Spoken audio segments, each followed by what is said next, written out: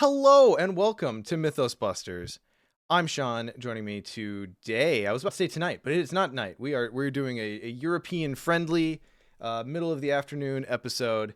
So hi to any Europeans out there. Um, we've got Ian. Hey Ian. Hello. We've got Justin. Hey Justin. Hello. Scott unfortunately couldn't make this one, though I'm sure he'll have plenty of thoughts for us next time he hops on. But today we're going to do just a couple of short announcements, and then we are going to dive straight into what we're talking about, because I'm sure we are going to talk at length. We have our hands on the new core for Arkham Horror, the card game. In addition, we have been so bogged down with everything and have not been able to record. We also have the starter decks. So I was hoping to have like maybe an episode or two where we were just talking about the pure core experience, but alas, that experience kind of blew by me. I don't know about you guys. But yeah, so that's what we're doing tonight. So let's hop into a couple of just agenda pieces here. Justin, you want to talk patron stuff? Patron shout out. Thank you to all our patrons. As always, you enable us to do really cool stuff. And our most recent list of board members: Rick, John D, Kevin, John G, Ben, Carl, Jared, Jesse, Walker, Patrick, Morton, and Ian. Thank you, board members. Check us out on Patreon. Remember that our paid subscribers on Patreon get access to Dissonant Voices in the Arkham Cards app. So it's that connection. That's one of the benefits. Speaking of Dissonant Voices, Sean, why don't you tell us more? Oh my God, I can talk. I can podcast. I swear this is not my first time. That's a fantastic intro. Thank you, Justin. Dissonant Voices update. So I had had a really good clip going with the Drowned City, and then personal life just had a bunch of things pop off at once and kind of knocked me off course for pretty much all of March and most of February. Most of April. But anyway, we're back on it, and we took a detour, and I knocked out the Brethren of Ash campaign. So if you were playing through the Brethren of Ash campaign, and you would like to have someone read you the campaign the campaign story entries, we have that. And just like the core set before, it went straight on our YouTube channel, available for everyone immediately. And I'm going to say that Drowned City, I am 2 sessions away from finishing it. I am on the Doom of Arkham, which has 2 parts. I just completed the run of interludes and completing tasks. And it took me longer to do that than it did to take the entirety of the Brethren of Ash campaign, start to finish, through the Dissonant Voices process. So I have lots of feelings about how that's going and how it was, and it's just kind of interesting to have a foot in both worlds so concretely at the moment. But anyway, Dissonant Voices for the Drowned City is almost done, which means that, as Justin mentioned, the connection that we offer to our patrons for the Arkham Cards app is next on my list to fix. We've had a little bit of a back in, I don't want to call it backage, but we had a back end issue that ultimately means that the connection is only completed up through halfway through Hemlock Vale and not anything after that. And that is going to be the next thing we tackle. So more to come on that. Thanks everyone for your patience. I miss the smoothness of the connection on the new stuff too. But as always, it's available as it normally is beyond the connection. So check that out. Oh, what else? I suppose it's been a long time since we've streamed. I just wanted to point out, it's not technically Mythos Busters content, but I was invited by Olivia graciously to join in on the core set release stream that they did at FFG.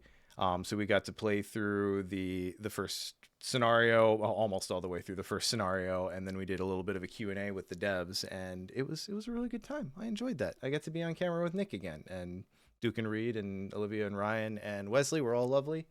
And that's out there on FFG Live if you want to go check it out. Justin, we went to the Miskatonic Masquerade, and I feel like we should maybe just talk about it slightly. Maybe we'll do some content focused on it more wholly later. Yeah.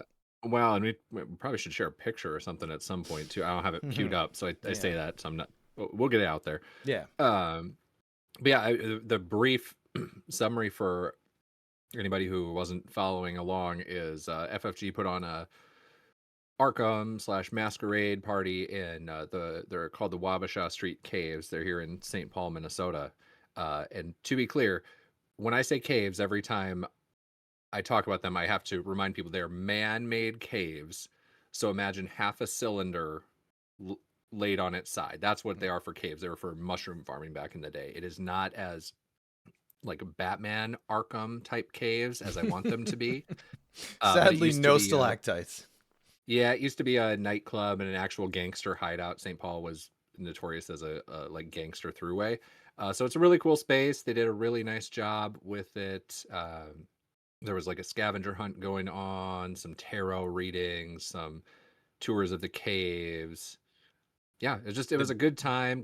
There were some promos the designers were signing, and most everybody there was in costume. So we'll share some pictures, and I yeah, got good my time. wife to dress up like Diana Stanley. So Oh wow! follow your dreams, kids. Right, right.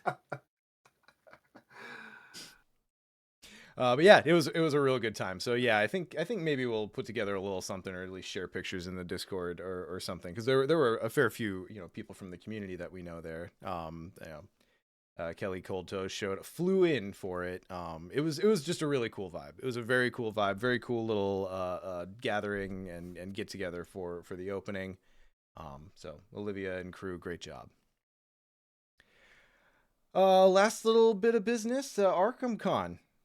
I'll take that. I'll take that one too. Do it. It's yeah. As most everybody knows, we're back. We're throwing a con again.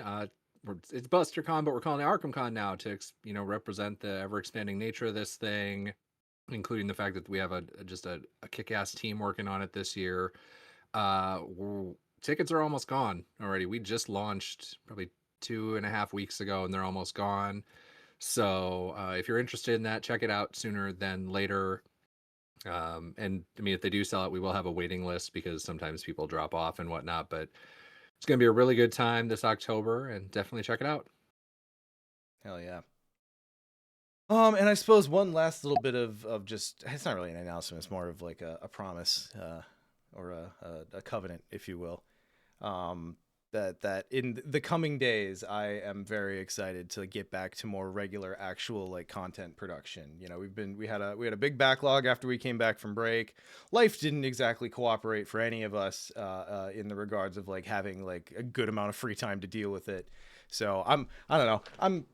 I don't want to do it, but I am a little like insecure about like how little we've actually been on camera or on mic doing the thing that we do, and we're doing all like the side stuff. So lest anyone else be worried that that's what it's going to look like going forward, know that the hump of getting us over that backlog is basically done, and I'm really hoping to see a lot more streams and possibly even some edited content going up out there on the YouTube and then into the podcast feed. So more to come on that. I'm looking forward to it for chapter 2. It was a really good moment to kind of cross through that veil. You had me so nervous there with your lead up, because for those who don't know, that part was not on our show notes, and boy was it a wind up. I'm like, where are we going? But I like where you landed. No, only good things. Only good things. We're only excited for the future. Yeah. And then other thing, before we dive in, we should call out, because I just saw it over in Twitch. Big Kahuna is keeping up the streak for the 30th month.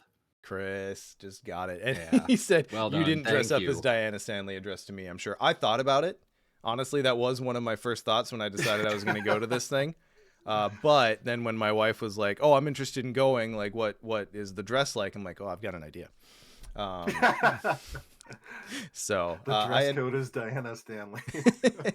I ended up going as an OC coterie member, the man in the bloodstained hoodie. And I don't know, the vibe and like the cosplay vibes were a little bit different, so I didn't get to show it off, but I even had like a little like light up like antique salt shaker that I bought that was like the nice dispenser of eldritch salt. It was a whole thing. I can confirm it was really cool. Thank you. Yes, I did show it off to a few. But anyway, okay, enough of that. Let's dive into some Arkham. So guys, we had a new core set drop. I brought mine down with me. because I know I'm going to need to refer to items. So I've got it all. I've got it all, and the starter decks are in here too. Nice. You can see it in my background there.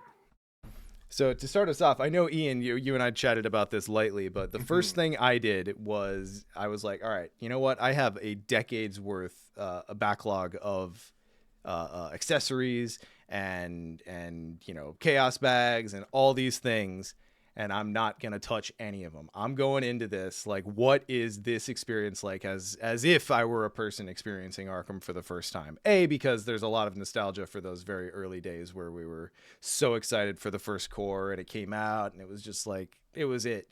And then B, because I don't know, just seemed like fun. But Ian, you did a similar thing, yeah?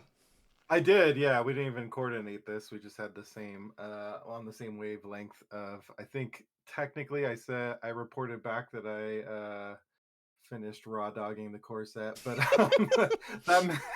that meant no accessories at all, just what came in the box. I really just wanted to, as much as I could, experience it as a new player would. And obviously I can't in terms of like gameplay, which we'll talk about once we get into the gameplay, how much my brain is just like wired for Arkham. So I can't experience it that way. But at least in terms of a product, I wanted to feel again what it was like just to play with core set components. So I will say on subsequent campaigns, my accessories have come back. Yes, of course, at least for the first campaign, I wanted to see what it was like. I even used the chaos bag that came in. 100%. The box and all that. So yeah.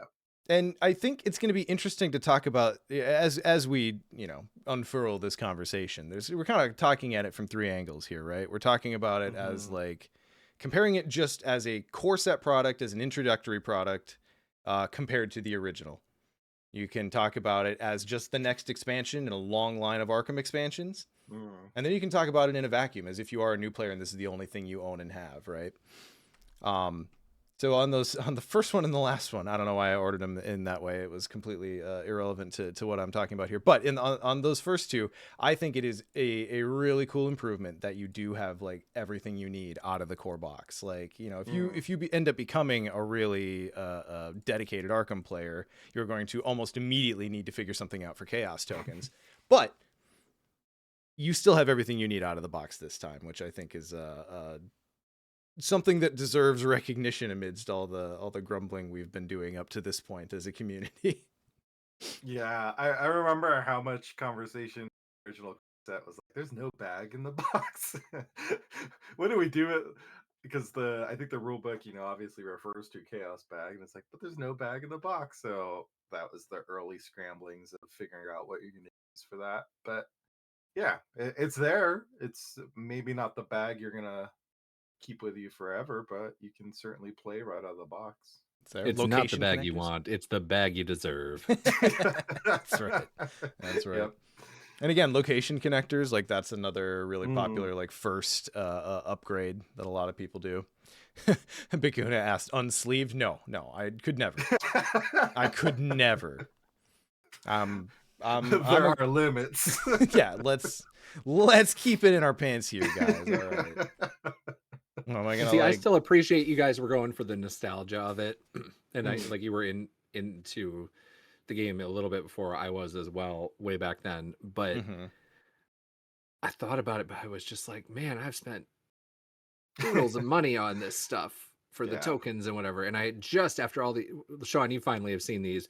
After a decade, I found tokens I liked in acrylic. I'm like, nope, that's what I'm playing with. Chaos tokens specifically. Yeah, because I know you've been searching for a chaos token solution that you're a big fan of, and it took a while.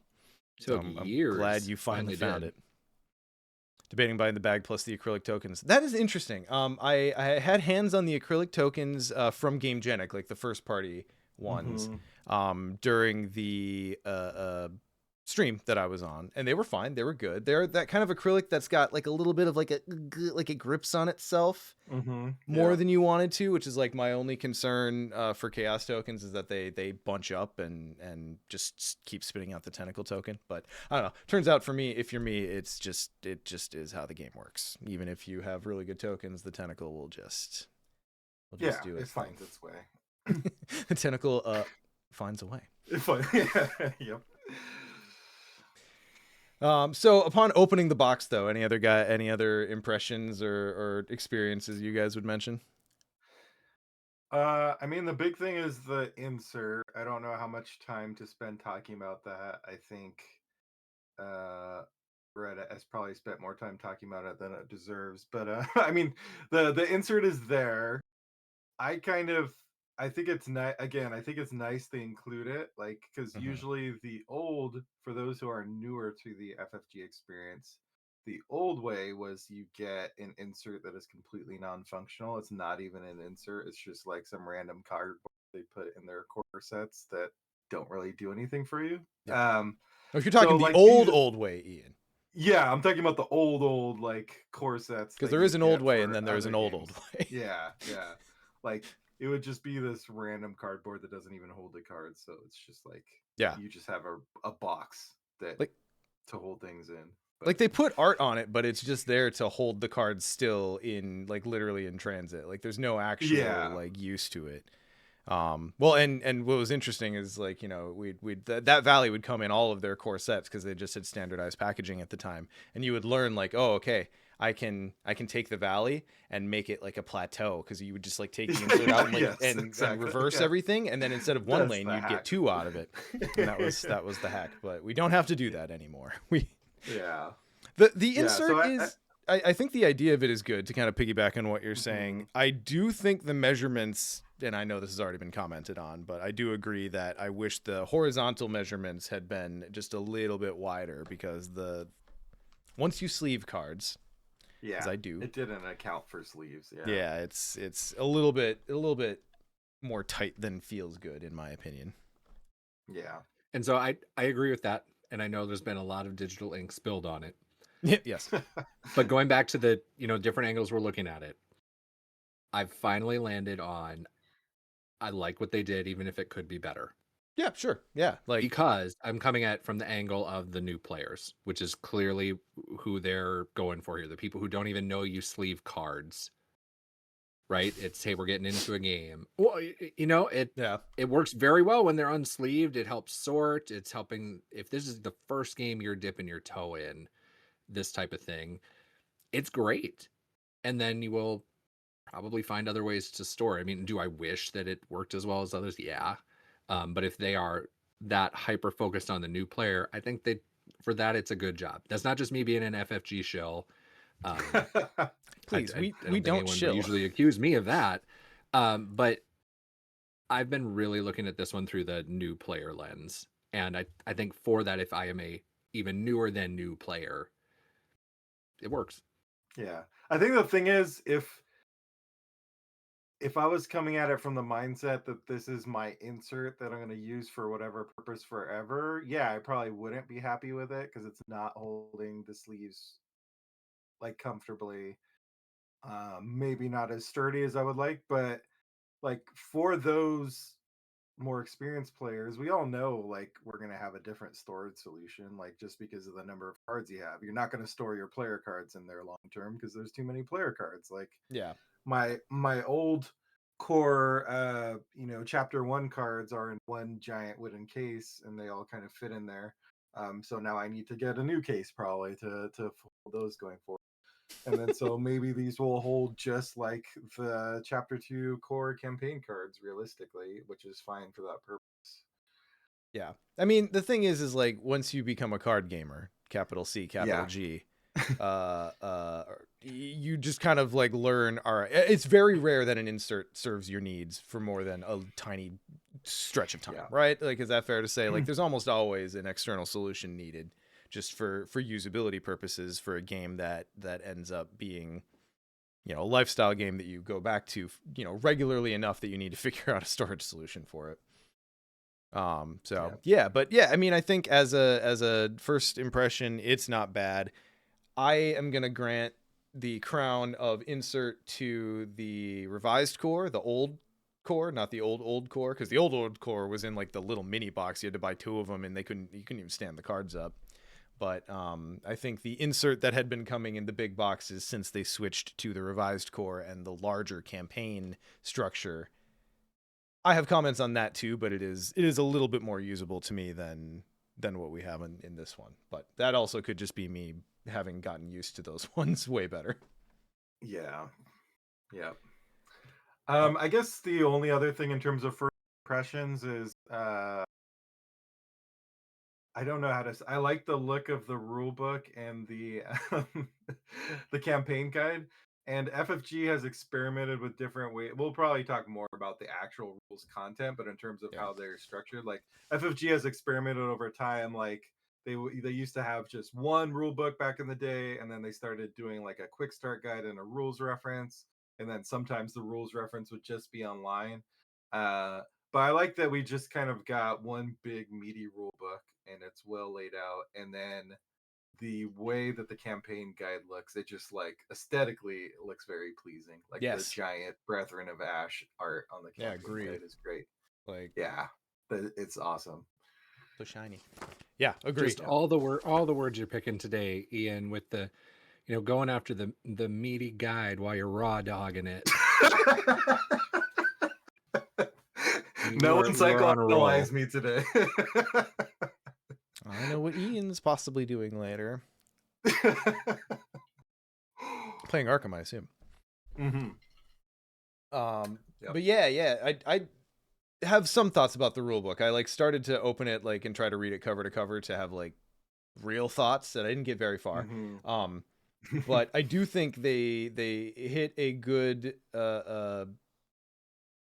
I guess they hit a good stride with it in that they can take advantage of the fact that we kind of have so much of the game existing, and they know like these are the questions that get asked the most often and are the most useful, and these are the concepts that like really need to be in the thing that's in the box, and then if people need to like delve beyond that, then we just default to the grimoire online, and hopefully, given that they're doing that from the front, we'll see, maybe more than, I don't know, were they updating the FAQ like 2 times a year before the final chapter 1 somewhere around there? Yeah, I think it's something like that. Yeah. So, I don't know, depending on what needs clarifying, we might see more regular updates on things like that. So, that could be cool. All right. So, we're going to keep it as clear as we can from story spoilers, talking about the campaign at first, but I do think it's pretty unavoidable to talk about the like mechanical spoilers a little bit off the jump. Is that fair to say? Like, I don't. Yes. Yeah. So you have both played the whole campaign, yeah? Mm-hmm. Okay. Well, Sean, first of all, I want to call it out. The whole campaign twice. Oh, all right. Well, nice. All right. Let's put the cherry on top of that. Because for me and Ian, this ain't no thing. But like, this is the first time Justin and I have like life has just made it so we were not able to get together and play through our first time on an Arkham release together. So Justin, you have finally capped 2 full campaigns playing solo. Was it true solo? Was it 2-handed solo? What was your experience? I'm so proud. I have so many questions. Yeah. Well, and it was actually 2 1/3 because I scooped on one of them. All right. Yeah, there you go. That's the solo experience. It was two-handed. True solo just at this point doesn't interest me, and 2 is like good mental overhead and works. Same. Yeah. So let's see. The first one I went through with Trish. With a deck customized from just the core stuff, and then Tommy. I'm using the starter decks a bunch just because I wanted to check the story and stuff out. Then I was like, well, let's get funky and let's try Carolyn and Marie. Did not get enough enemy management with that duo. I was hoping I could rush it with Cloovering, and I was like, no. So scoop that one. And then earlier today, I just finished with Carolyn again and Tommy. So then kind of balancing. Cool. Ian, how about you? I've also played it twice. One was 2-handed, one was solo. I did switch my usual through the life of chapter 1 was I always play true solo first play and then 2-handed. This time I switched it. I did 2-handed first. So I don't know if that represents a changing of the guard or not. But so I started off with Trish, and I played just again. I was trying to do the full experience. I played with the starter decks, as in like the decks as they're pre-built, and I didn't customize them. I Ooh, did regret brave. that because yeah, I did regret that experience. There's a lot of one ofs in there, which That does not make me happy. Look, Which dog ear for they future they content. Like my first thought was like, oh man, they went the one of route, which like I get it because you want people to yeah. like see all the cards, see as many cards in a single deck, so they like get the experience and see what they want to change. But also, Yeah, they but had to also, construct it that way, but in terms of like what you're giving new players in terms of consistency, it's rough. yeah, So, needless to say, that campaign didn't end well, but it was fun. It was a good first experience. I still don't know if I have a good handle on playing Izzy without getting her killed often. she's tenuous. Yeah, yeah, you really got to ride that line, especially with. I'm sure it'll get better as the fans, but with the stuff. Yeah, once And Mystics get some then more healing tools, I'm sure she'll be right as rain. yeah, and maybe some different weapon options like riding heavy on Meat Cleaver along with her innate ability and some other horror stuff is just asking a lot. It's with the healing options that there are. Riding heavy Um, on meat, Ian, you need to stop. I can't. I'm not trying to do this. The first one I was. The rest is just. What have I mean, done? to his What have I credit, opened? to his credit, I think if you look in the new like rules reference thing, I think raw dogging and riding the meat are terms. That's true. It's in the rules reference for sure. Yeah. My second campaign was True Solo with Joe Diamond, who is like the new Roland. So that one went a lot better. Still didn't win the campaign because things happened in the third scenario, They which we do. can talk about when we get to the third scenario in more detail. But yeah, he did really well in the second scenario, and yeah, he's kind of built for True Solo, so not too surprising. Yeah. Well, for my part, I know the first thought would be, all right, well, I'm gonna hop into Dexter, but having gotten my hands on Marie ahead of that, I was like, all right, well, my purple urge is sated for the moment. I went with Izzy for my first one too, and paired her with Trish. Um, and that one went pretty well, but that was my face check, so obviously mistakes were made because you learn pretty quickly. There's a lot of mechanical similarities between this campaign and Night of the Zealot, as we'll talk about in a little bit. So I knew somewhat what I was doing, but at the same time, there's a lot of particulars that can get you in trouble because there are differences, important differences. So that one went pretty well. I ended up winning the campaign, but it's like the question mark winning the campaign option. If everyone, if Oh, you that know. yeah, that's right. Yeah, that's that. My first campaign, I did get the question mark win. It wasn't an actual. Yeah. Well, it doesn't feel good, but it is a win. Yeah. Like you didn't. So, yeah. Anyway, so and then I've got another couple in. We were able to get a hold of the Investigator starter decks early because of the Miskatonic Masquerade, and I was like, well, I gotta like actually play these right now because they come out in 2 weeks, and if I don't play them right now, then I might as well have just gotten them in the store. So I have been playing the starter decks, no modifications, as opposed to like tweaking around with the core deck stuff, and those have been interesting. So I played a Tommy and Carolyn, and I am most of the way through an Andre and Marie playthrough, and both of those have been quite fun as well.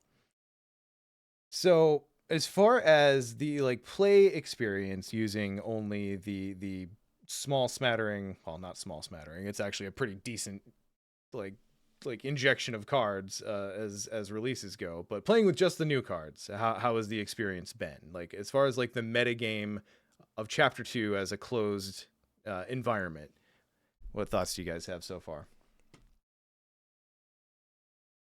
Overall positive. I will say I have the investigation, but I got them on Monday, so I haven't even integrated the experience yet. So this is Nice. all core set cards when I'm talking about this. It's obviously super limited. In some ways, it's been kind of nice. Like I'm so used to going on ArkhamDB and getting overwhelmed by all the options, and now it's just like, okay, I'm picking between a few cards. Um, I tipped So at obviously Hemlock. you're Like I had a like good knowledge on a good handle on just about everything I might want for any deck until Hemlock hit, and then I kind of lost it a little bit, and then Drowned City hit, and I'm like, oh god, I can't remember all of these. And oh yeah, this is a whole separate episode, but at some point I need to go back and like yeah, review the cards that I never played with, or like Mhm. the archetypes from chapter 1, because It's a there's a great idea. lot that just fell through the cracks. There's too much. But yeah, so playing with I'll say, like, thinking back to core 1 experience like 10 years ago now, I think the selection of core cards is definitely better, I would say, in chapter 2 in terms of the tools it gives you, especially as a rogue player. Like, I feel like the tools are a lot better One in hundo p across the board. yeah. I think every Yeah. class made out better and ended up with like a couple options for each thing you might need to do in the game, and they all have Yes. their class flavor, of course. But like I don't want to like trash the old core by any means, because they No. were figuring it out. They had far less, you know, a sense of what the metagame was and what, you know, each class would need. But oh boy, like, yeah, you mentioned it for Rogue. I'm definitely going to say that Mystic out of the core set box is in such a better place. Just immediately. With as far as like the diversity of spells and like actually a few, you know, events for grabbing clues. Yes. Yes, it's a far better. Just if you're playing with just the core and that is your meta, you're in a much better place than you would have been had you done the same thing with chapter 1. Yeah, for sure. Well, I it's think nice too for me. I'm playing the least amount of Arkham here. I feel like I still get to make some meaningful choices, and it's not just purely guiding my hand, because that is nice for new players as well, or those of us who play less. But that's why for the starter decks, I'm just playing similar to you, Sean, with hey, here's how it starts, and then I upgrade. But in just the core, even I feel like I can make choices that matter. It's not like, oh, there's only one single choice and it does like you're going to make this one. Yeah, there's not a ton of choice, but it's enough. Yeah. And Real Shoelace says old core is like, can I interest you in one copy of Rite of Seeking, brother or sister? In the old core, we didn't even have Rite of Seeking out of the box. Mystic had to rely on events for clue acquisition entirely, events and flashlight. And Agnes is going, okay, I'll play look what I found, but that's like it. You know, like it's so much better than it was in the core set. yeah. And like the rogue saying, "Oh, sure, you can use your and investigate," which seems like no brainer, but that was not the core 1 experience for rogue at all. Mm-mm. So yeah, just things like they just leveraged all those years of experience to just narrow down like what do we actually need. At first I was kind of upset because I'm like, okay, so out of the core set, like in the old core, for the most part, with a couple of like limited exceptions, stat transference or like stat substitution Mm, was Mystic's thing, and that like was why they mm, were good, because they have the high stat that's useless for mhm. everything unless you have the cool things that activate it, and then you can do things. So initially I was a bit salty about that because I'm like, oh man, Mystic lost like one of their cool identities, at least like in the early card game pool. But now I've fully turned around. I'm like, no, it was a good idea, especially if you want to draw distinctions between the classes as far as like what stats they're generally going to be better at, and what functions they generally are going to be more efficient at filling. I think it was the right call. Yeah. I'll say the one limitation I've run into, again, I'm only playing with cards, not have it, the investigator yet, is upgrading. Mm, Like on my Joe Diamond run, this isn't a humble brag, but I got so much XP in like the first couple scenarios that I didn't feel like I had enough like really powerful options to spend on. yeah, So in same. terms of like some of the upgrading options, like maybe this was just the Joe Diamond thing, I would have to look at some of the other classes. I was like, there's not a ton I can spend on that I'm really like blown away by that will like help me in the final scenario, for example. So, but yeah, that's just a small thing that I ran into. I have run I do into think that too though with my the way core only decks, but I expect that's going to be a little bit easier once the starter decks get integrated to the Yeah, greater card for pool, because those sure. starter I decks are imagine loaded with so. upgrades. Yeah. yeah, I think it really is built to almost like if they had made they can't do it because it would have made it prohibitively expensive and not their model. But if you think of like the 5 starter decks and the core all together, like That's a really good starting pool. Yeah. And it would surprise me none to know that they were kind of in development at the same time, more or less, with that in mind. The idea that like this is the base Arkham meta that we are setting going forward, because those are the two things that will always be evergreen as far as they've announced so far. Yeah, I feel like the upgrade cards in the car are almost like a taster of like this is what upgrading could look like. Maybe.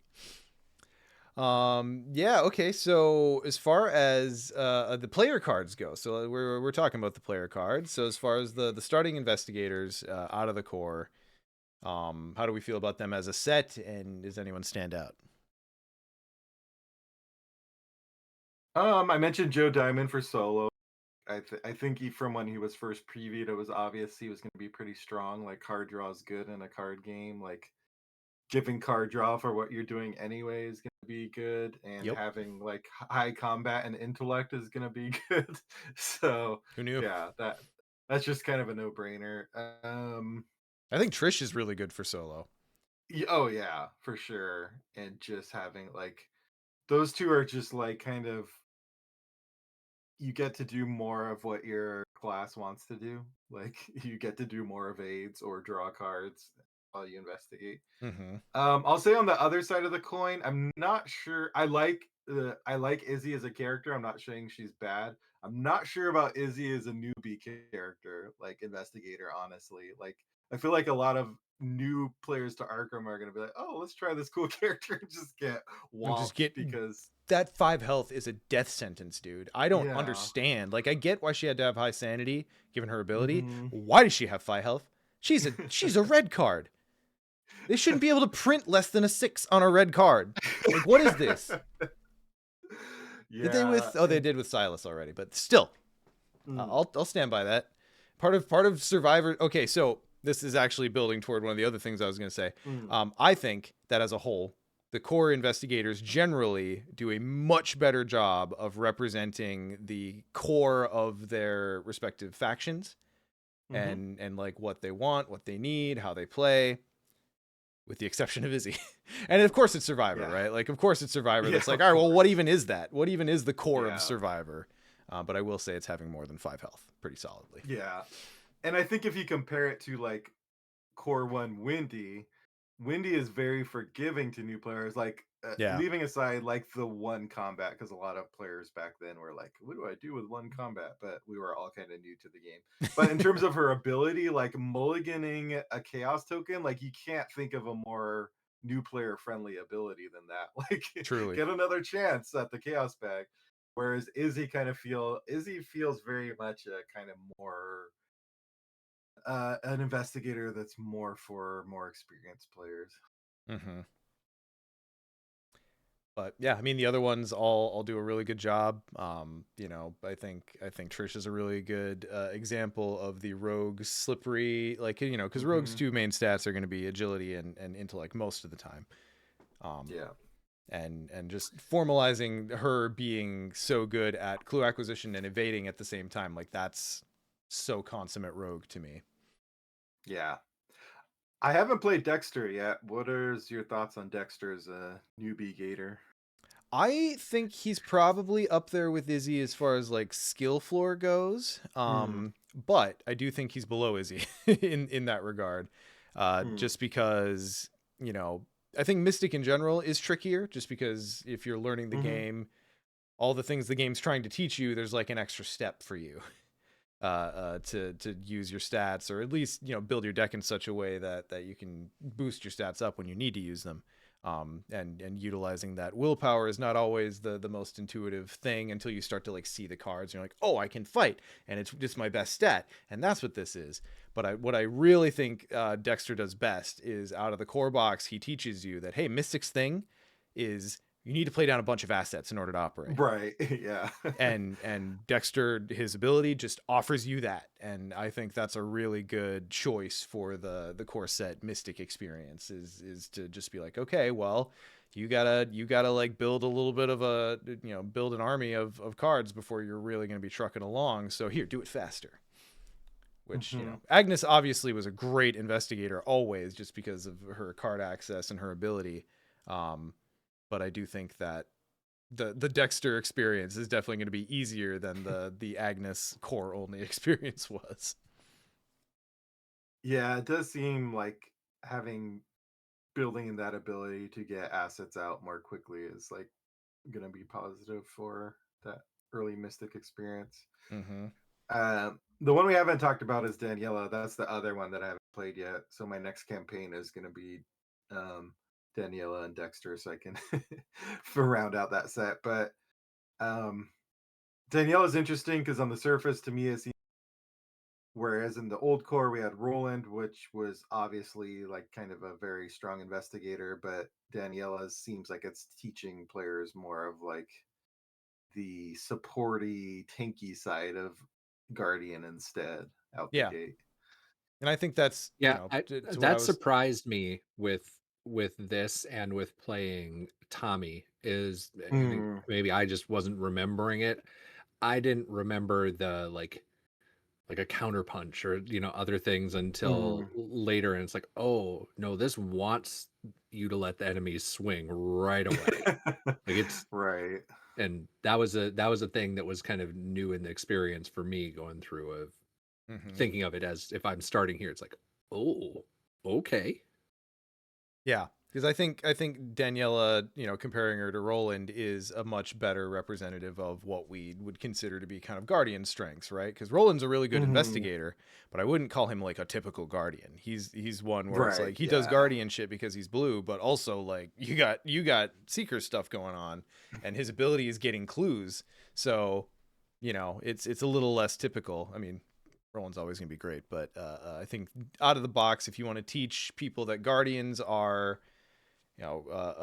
enemy management and distraction, support, and just murder machines, then I think what they did with Danielle was probably a good way to go.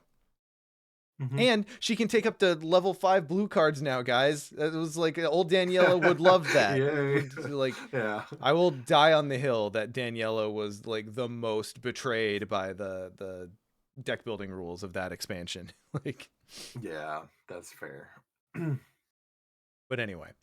Um so anything, well, and it doesn't necessarily have to be comparing to the core, but anything that you guys feel like, oh, I kind of thought they would have this in there for the core itself or any specific class, but it's missing. Hmm. I thought they would have maybe one more option um, to help you go beyond what they're trying to teach you. So Trish is my example here, and when I was building it for our 2-player campaign, I was like, oh, I am mostly going to be a clover, or I will evade. I will probably need to kill something eventually. And it just felt light on the options to do that, even knowing that wasn't going to be her main focus. Mm-hmm. Um, and I say that because this is a single player on the box. I don't know if there was even one more good straight up killing option for that she could use.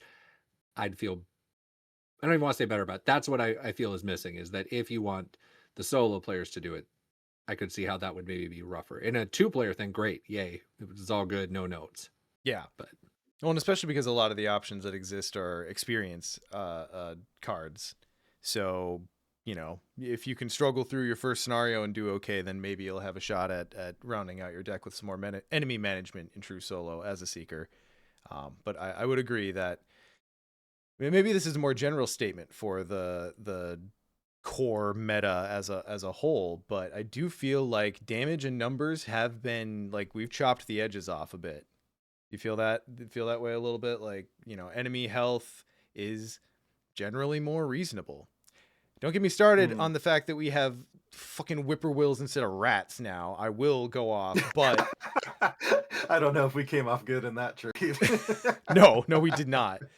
No, we did not. Although I will say alongside that I am glad that the core and the starter decks do have a lot of cards that say ignores aloof, and that's like a thing of value now. So like Hmm.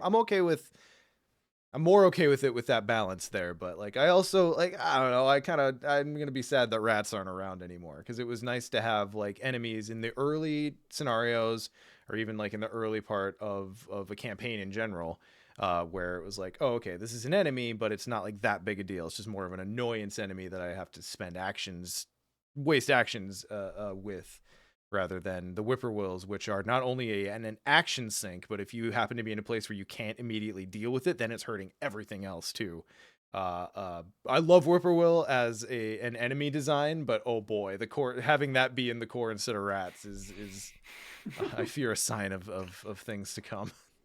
I definitely didn't get stuck in a room behind an arcane door with a whippoorwill and get completely screwed over. Oh, it's so rough, dude. If you've never fallen into the whippoorwill pool, just it's only a matter of time now, because guess what this means, guys? Guess what this means? It means that whippoorwills can be in any fucking scenario in the future, any single one. Whippoorwills can just show up, and that should terrify everyone a little bit. That's when we need our dynamite and storm of spirits back. Honestly, if it gets too bad, that might be the first thing that makes me break out the chapter 1 cards. Right now, I'm still keeping them separate, but like, I don't know, if I have too bad an experience with a whippoorwill, I'm like, all right, where's Agnes? Yeah, this is something missing, but in terms of something that I think is better as a general statement are the talents in the core. Agree. I'm going back to 2016 again. We spent a lot of time, everyone was kind of trashing on the original talents, like it takes too much to use them and they're not worth it. And if you're not playing Seeker, you don't have a resource engine to fuel them anyway, and like Seeker was the only one who could do it. Exactly. Like, I don't know if it's because we're more experienced as players to know how to use them, but it's also, I think they're better. I like how they give you a little bit of an extra boost depending on what you're doing. Like the rogue one, like gives you extra if it's like an evade or that kind of thing. So gives you a little extra boost depending on what you're doing. So yeah, the talents are good. I think the set of allies that they gave is overall very good. Although I know Seekers probably have some feelings about, but their old Seeker ally option was busted. So yeah, it's true. Let's just admit that. Shut up, Ian. As we're talking about it. Yeah. I mean, it's fine. There will always be stuff we miss. The thing that, like, as I'm looking at the player cards as a whole, and maybe this will be a good thing to ask Nick Duke next time we have them on, which is only a matter of time, of course, hopefully. It's odd to me how in a lot of cases we have cards that are just straight up ported over from chapter 1, and that's fine. They're staples and cards that should exist, and we want them to exist, so they're just over here now. Let's Vicious Blow, great example, straight up just ported over. Then we have cards like Dorothy, who are like very obviously standing in the place of a card that we wanted to adjust from chapter 1. We got Dr. Christopher in there. And then we have this weird in-between ground, because I would think that in the case where you want to include a specific card, but you don't want it to do exactly what it did in chapter 1, you would go the Dorothy route and kind of re-engineer it. They did that. Another good example is, instead of the 45, we have the 1911, where it's essentially the 45, but they just kind of adjusted it on the curve a little bit. They knocked it down 1 resource, and it feels good. But it's a different card. It's not just the 45 with 3 cost. But then you have shit like a laboratory assistant, where it's obvious they wanted to include laboratory assistant, but they changed the icon, the skill icon on her only. And just like little things like that. I'm like, well, why didn't we just go the Dorothy route and like have an ally that's like mostly the same, because we wanted this in there, but we wanted to change it a little bit so it's a new card. So, or like Machete, I think is another good example of that, where it's like we wanted to include Machete, but we actually just changed Machete as opposed to naming it a new thing. Balanced it. Yeah. So I honestly did not even notice that about the laboratory. Yeah, well, we didn't either until we were on stream and we were asking the questions, and then we examined it earlier, or closer rather.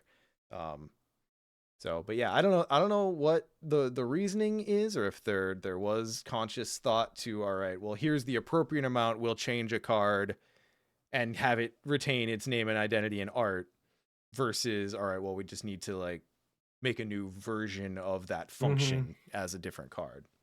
That makes Well, I sense. wonder if it Yeah. has something to do with the whole card pool too, like based Yeah. on what the starting card pool is, how many of like the will icons there are, and did they need to just put that somewhere? And again, it's a question for them, but I wonder if that's part of it too. Yeah. That's probably what it is. Although to Sean's point, they probably could have put the will icon on a new card instead. And like, yeah. So I don't know. Yeah, that Shut it up, had to. Ian.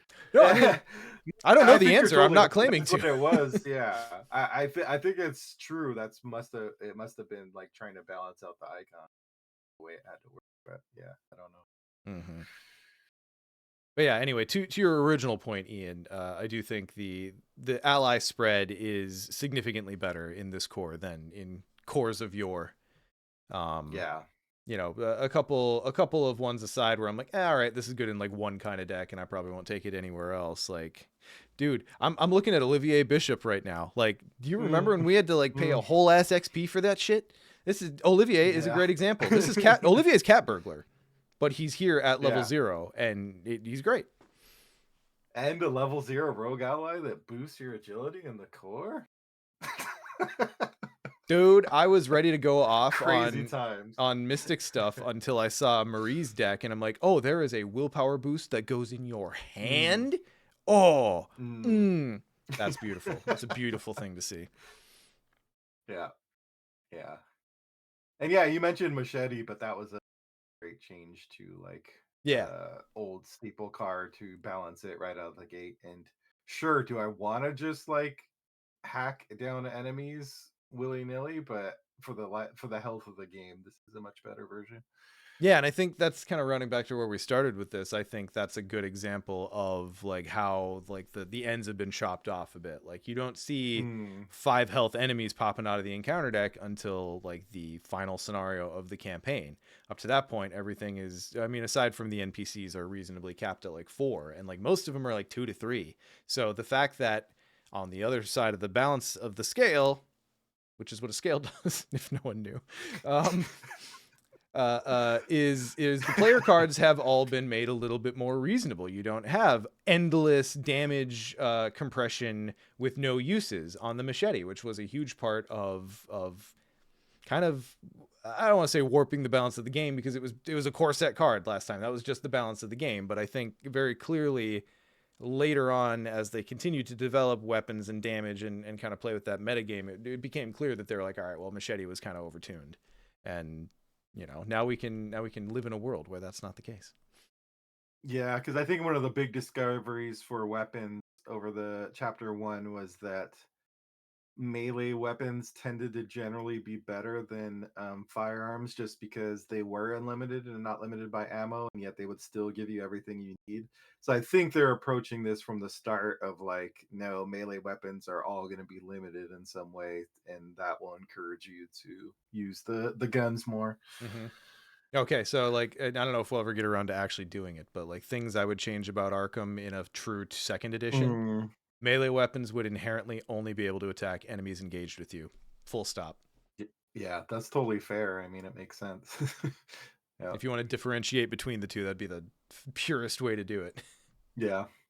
And then add a bunch of engage abilities, and it would be way more fun. Anyway, we didn't get a second edition. I don't know why I'm designing it. Any other cards you'd call out on the player card side that struck you in any particular way? I will call out the which one is it? It's the, oh no, it's in the Tommy starter. Hang on. Oh, whatever. Nick designed shotgun, but it's not shotgun. It's better shotgun, and it's in the Tommy deck. Shoot, what was it called? Anyway, I had to call that out because we knew it was going to happen, and it was just a matter of time until Nick gave us new shotgun. Yep. I mean, I'm going to call it the 1911. I know it's just basic. It's just there to do a thing. But boy, does it feel good. Mm-hmm. Like it just right amount of everything. Yep. For sure. There's some like a lot of it is just like stuff that it's not like flashy, but like having premonition in the, like, sure, of course. I really like what the decision Soul Link forces you to make as a skill. It's kind of like a bread and butter skill. Like it gives you those 3 icons, but am I going to take the horror again? Making that decision in Izzy is kind of tough, but for other investigators, yeah, I like that. Yeah, I like, as a mystic who loves taking willpower tests and hates taking all the other types of tests.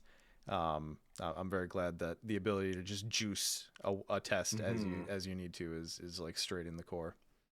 Anyone else notice that the art on Premonition has been like lightened? Like the background is way more vivid than the OG. These are just the things you notice when you've been here for 10 years.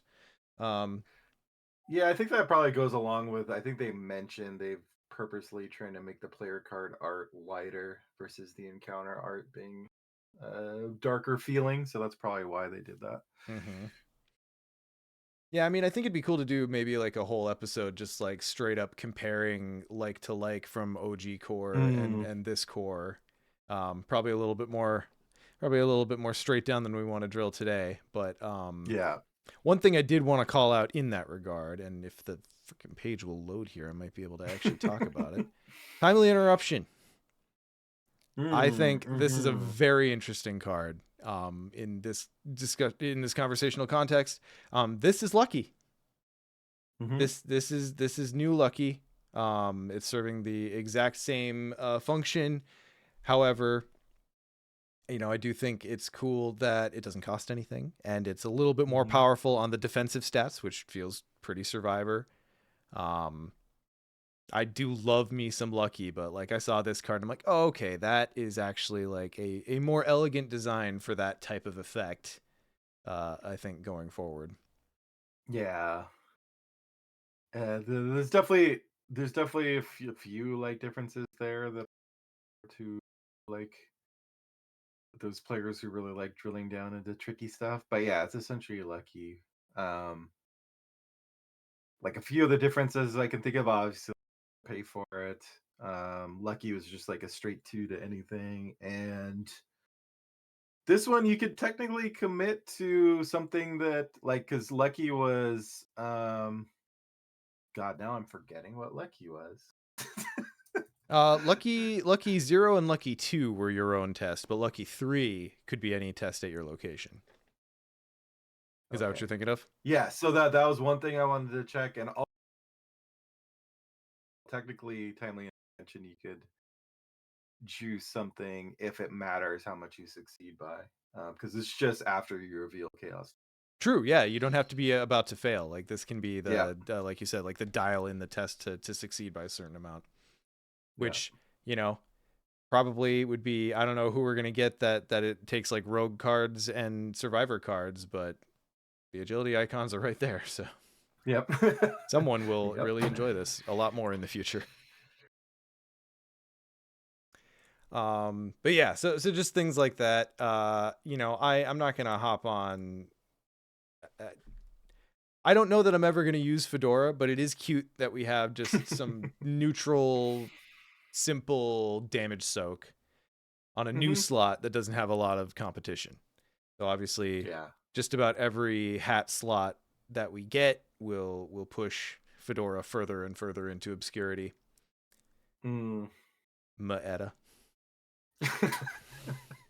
Have to slip that in. Have to. All right. So, okay.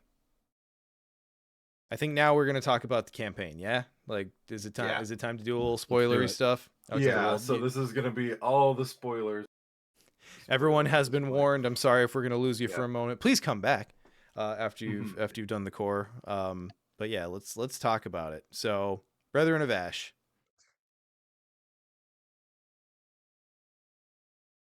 Brethren of Ash. Yes.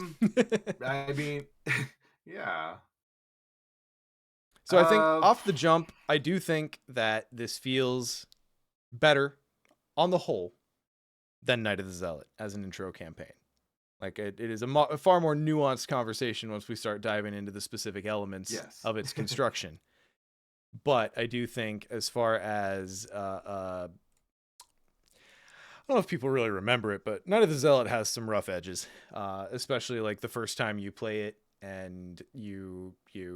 I guess we're also doing spoilers for Night of the Zealot, so sorry about that. If anyone hasn't played the original core, Fair, yeah. but yeah. So once you get through Midnight Masks and you realize like, oh, okay, well, I kind of fucked it up because it's my first time, and I only got 2 cultists, and then the entire rest of the party jumps out on you in scenario 3. That's usually like, that's the L for most people their first time through, is not knowing what you needed to do in Midnight Masks and getting just absolutely trounced in Devourer below when the cultists show back up. Yeah, I we'll get into the specifics of the scenarios, but overall I agree. I think it's overall better experience as an intro campaign. It's very hard for me to turn off my experienced player brain, and like every single moment I'm comparing back to Night of the Zealot, which makes it difficult to fully experience it as a new player. Like, Yeah. I'm kind of curious how you experienced it, Justin. Not that you're a new player by any means, but just that I think Night of the Zealot is probably drilled more into Sean and I's brains. It's probably fair to say, like, how you experienced this one. You aren't as early game build as we are. Yeah, I mean, I played through that one, and that was back. I mean, again, right when I was getting into it, but also right when I was trying to even figure it out before I had, like, before Sean and I were as connected. Um, this I did have the thought going through, even though I understand more of the game now. This did feel like it did a much better job teaching me things and leading me through, which was good.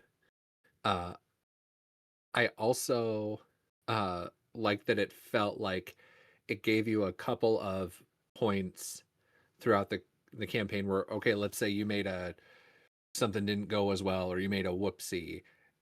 It didn't mean you were absolutely destroyed. um the I mean, this might be getting too mechanical.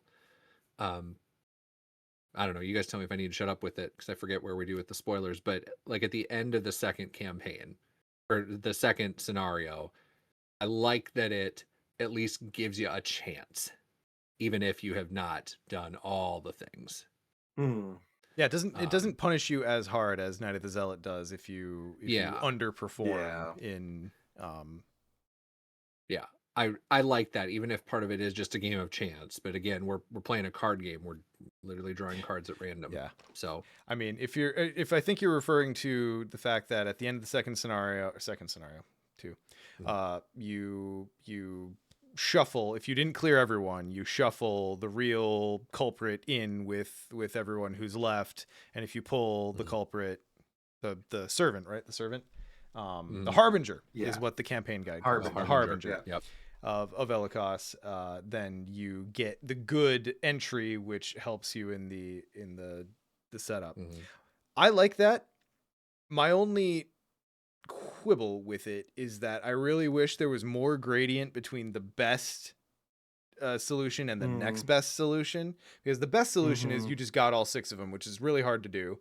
So great, good on you. There's only one person left, you know it's the one. But like, if I got 5 out of 6 and that takes me from 100% down to 50% that I'm gonna get the good resolution, or the entry, I guess. Like, I wish there had been some kind of mitigation in there to make that feel a little less.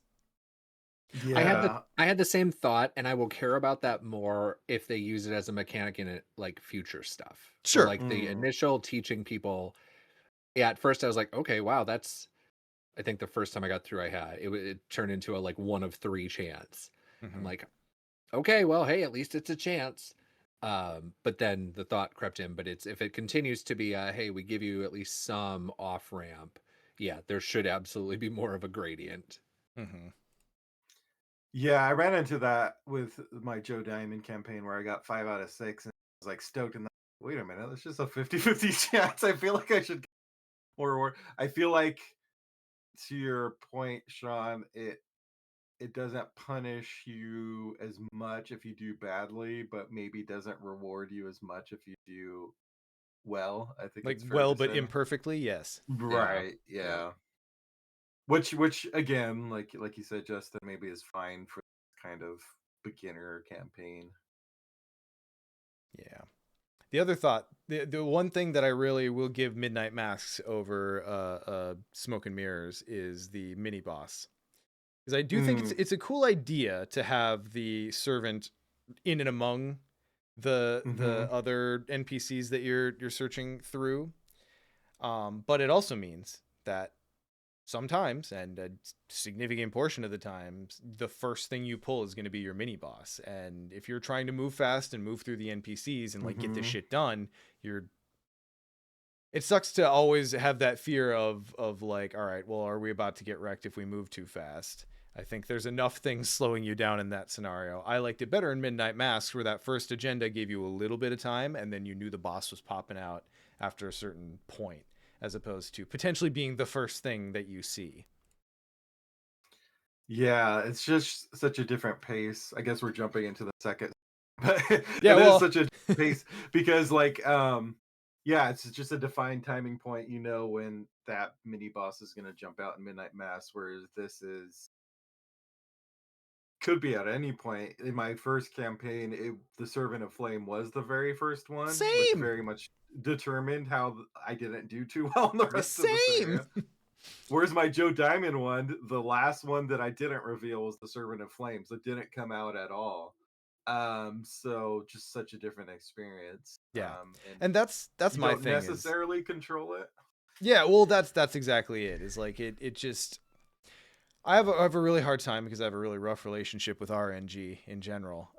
But I have a really rough time when such big hits of like such big swings of what's going on in the scenario do lie on kind of like a pure RNG, because sometimes it will just be the worst version of itself, and if the worst version of itself is just really really tough and really going to make, very likely going to make you lose, then I don't know, I have a hard time with that.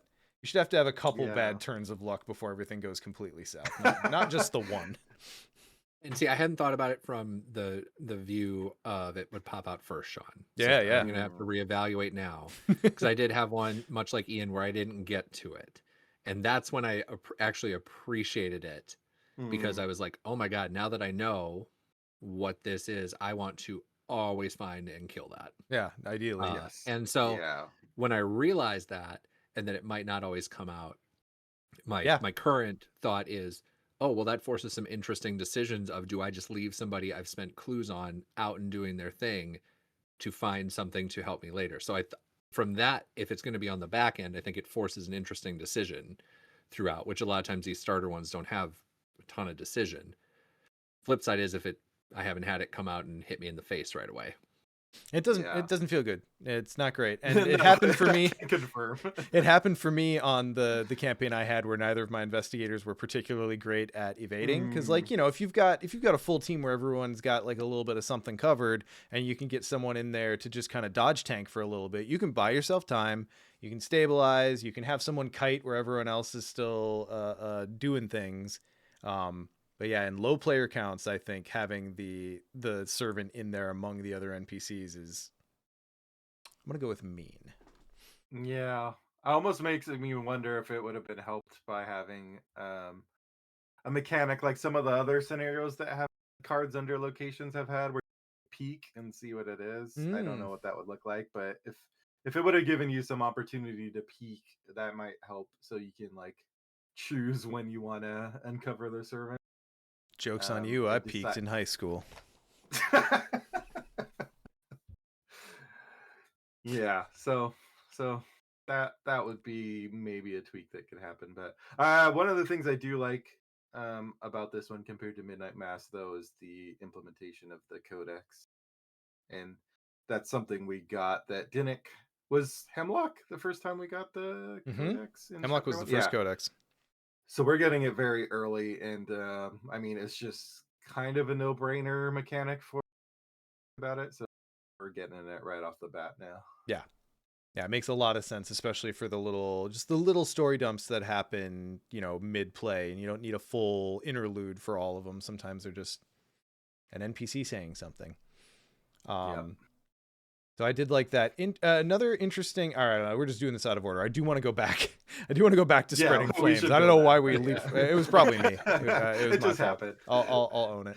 I do want to leap back to it at a certain point, and maybe Scott, if he's feeling particularly generous, can figure out how to put it in the right order. But as far as spreading flames goes, what do you guys think about interacting with the actual NPCs once they're out? Because that is a fair bit different from Midnight Masks as well. If you remember Midnight Masks, each NPC, once they're out, had a parlay that it was a big cost or hard test to hit, but if you hit it, they just bamfed into the victory display. Whereas this one scales.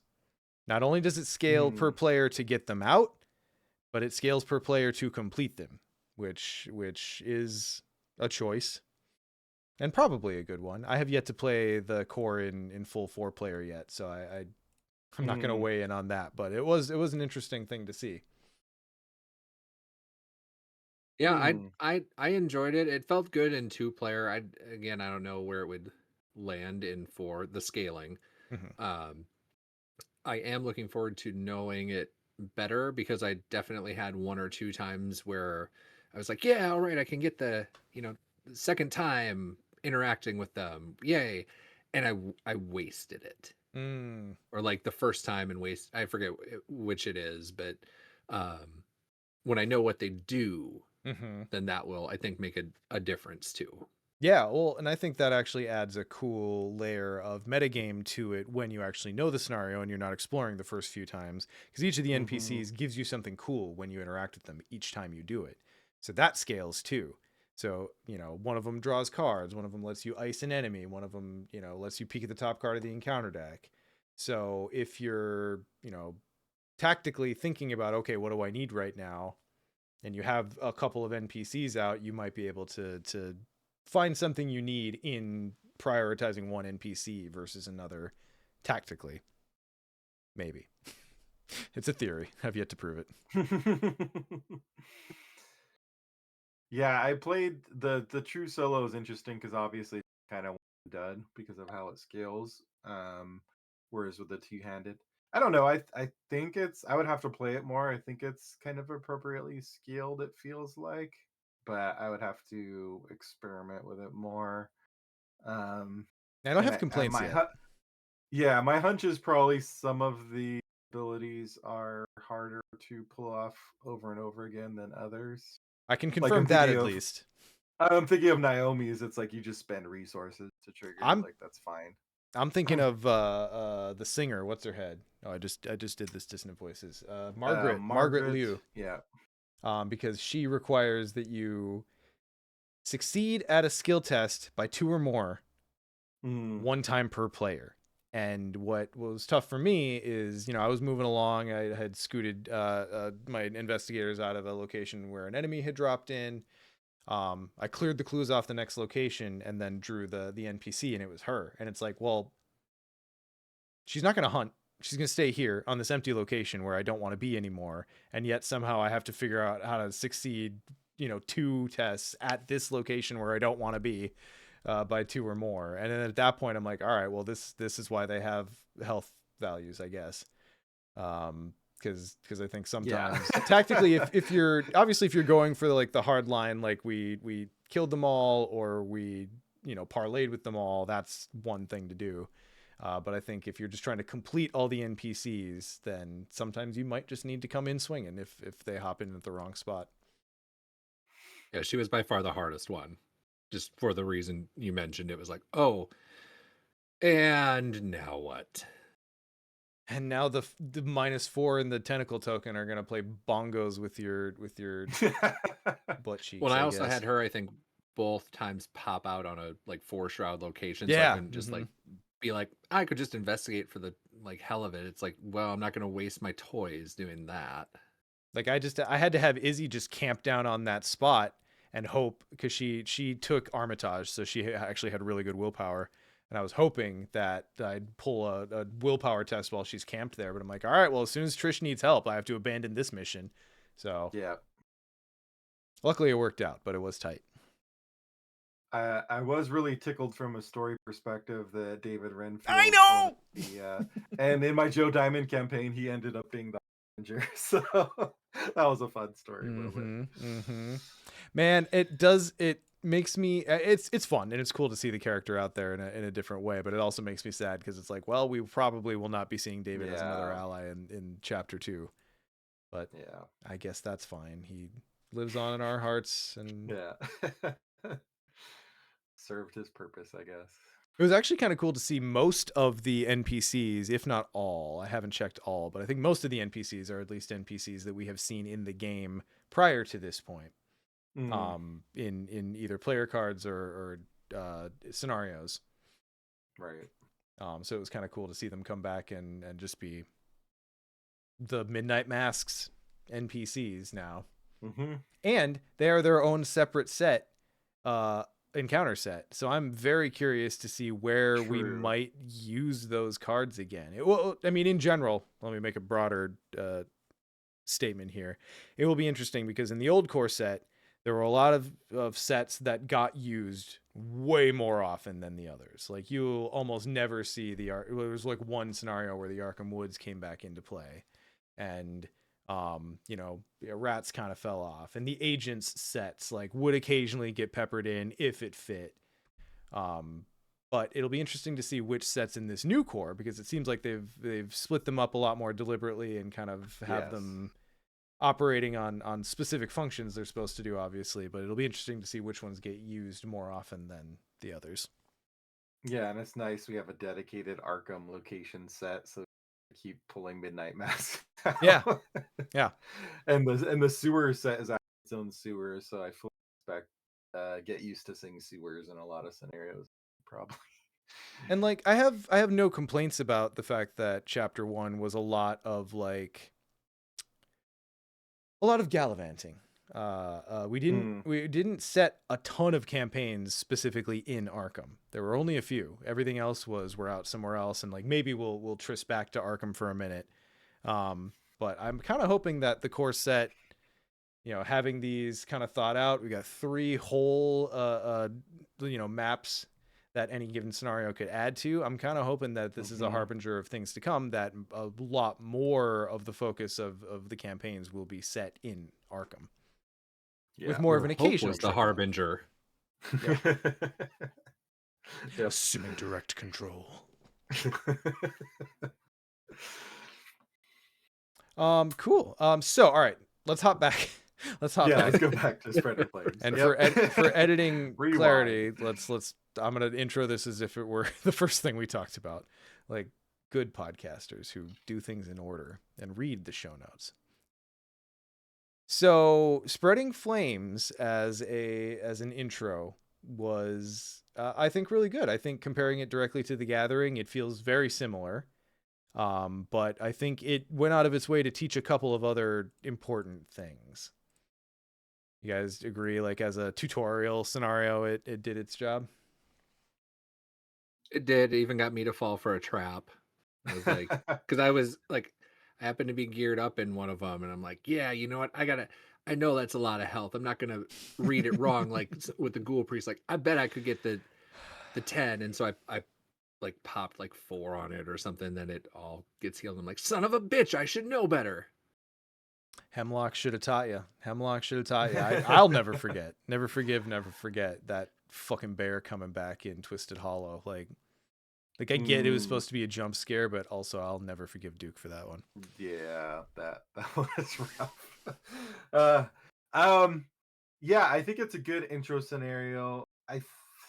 I think out of these 3 scenarios, this may just be me. I think this is the only one where I think I prefer the original. I think I prefer The Gathering as an intro scenario over this one. Okay. Whereas I prefer Spreading Flames over Midnight Mass, and definitely Smoke and Mirrors over, or Queen of Ash over Devouring Burlow. It's not that I think this one is bad. I think it's just a couple things. One is that initial setting of The Gathering is so evocative, like being in your house and like it being overrun, that you kind of can't get a better intro than that. Yeah, and it just like opening up into like caverns you didn't know was there is a specific, very specific vibe that Night of the Zealot did really well. Also, Lita is like a character, like having her there, and also I think the build up to the boss, like to the Ghoul Priest, works really well. Like I get what they were going for by introducing this one, teach you how to that some enemy should be run away from. Mm-hmm. I think some new players might struggle with that, even learning of what exactly they're supposed to do. Like I don't think it gives you a lot of tools of what you're supposed to do there.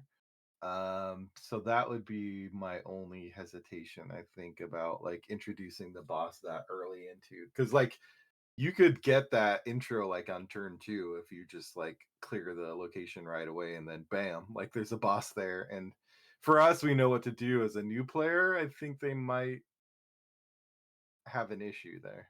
I could also see people getting hung up on it because I think we all know that health and sanity are just resources Yeah, to exactly. spend. Yeah. Like, okay, maybe what I do is I just move and take the smack and things, go forward.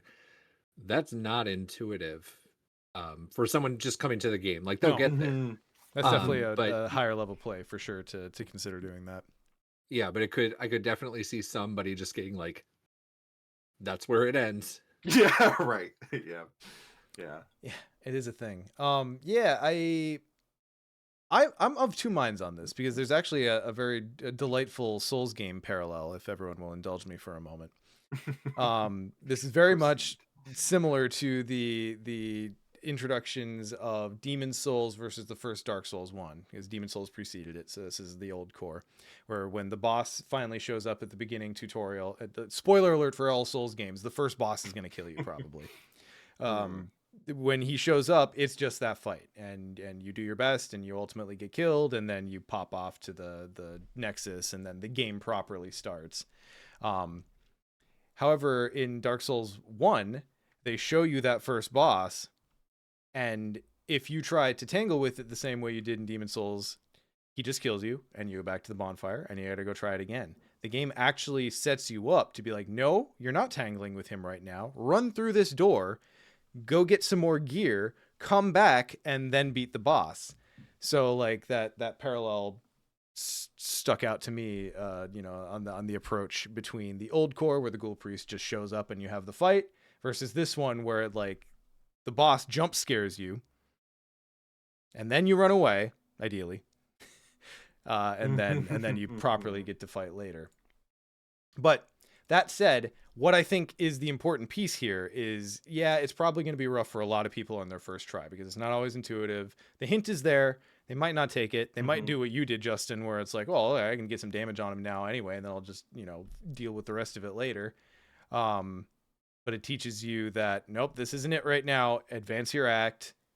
You'll get to it later, and not always do you need to sit and tangle with the boss. And I'm thinking that's going to be a common theme, because if I know Duke's design as well as I think I do, particularly thinking about Hemlock, is Duke really, really wants the bosses to feel big and scary, and like if you beat them, it was by the hair of your teeth. And not always do you beat them. Sometimes you just do the thing you're supposed to do while managing them. And I think that's more of his design philosophy for bosses in general. Obviously, there's lots of nuance to be injected there. But I think it's imparting a lesson that will be good for players to have had when new campaigns drop and we get lots more jump scares. But we'll see.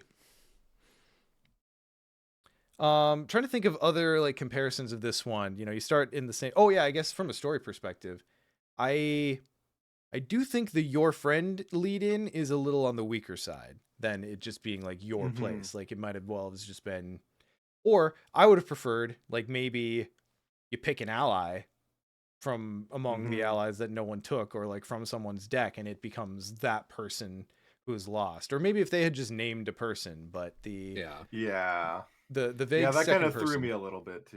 Yeah. Oh, go ahead, Ian.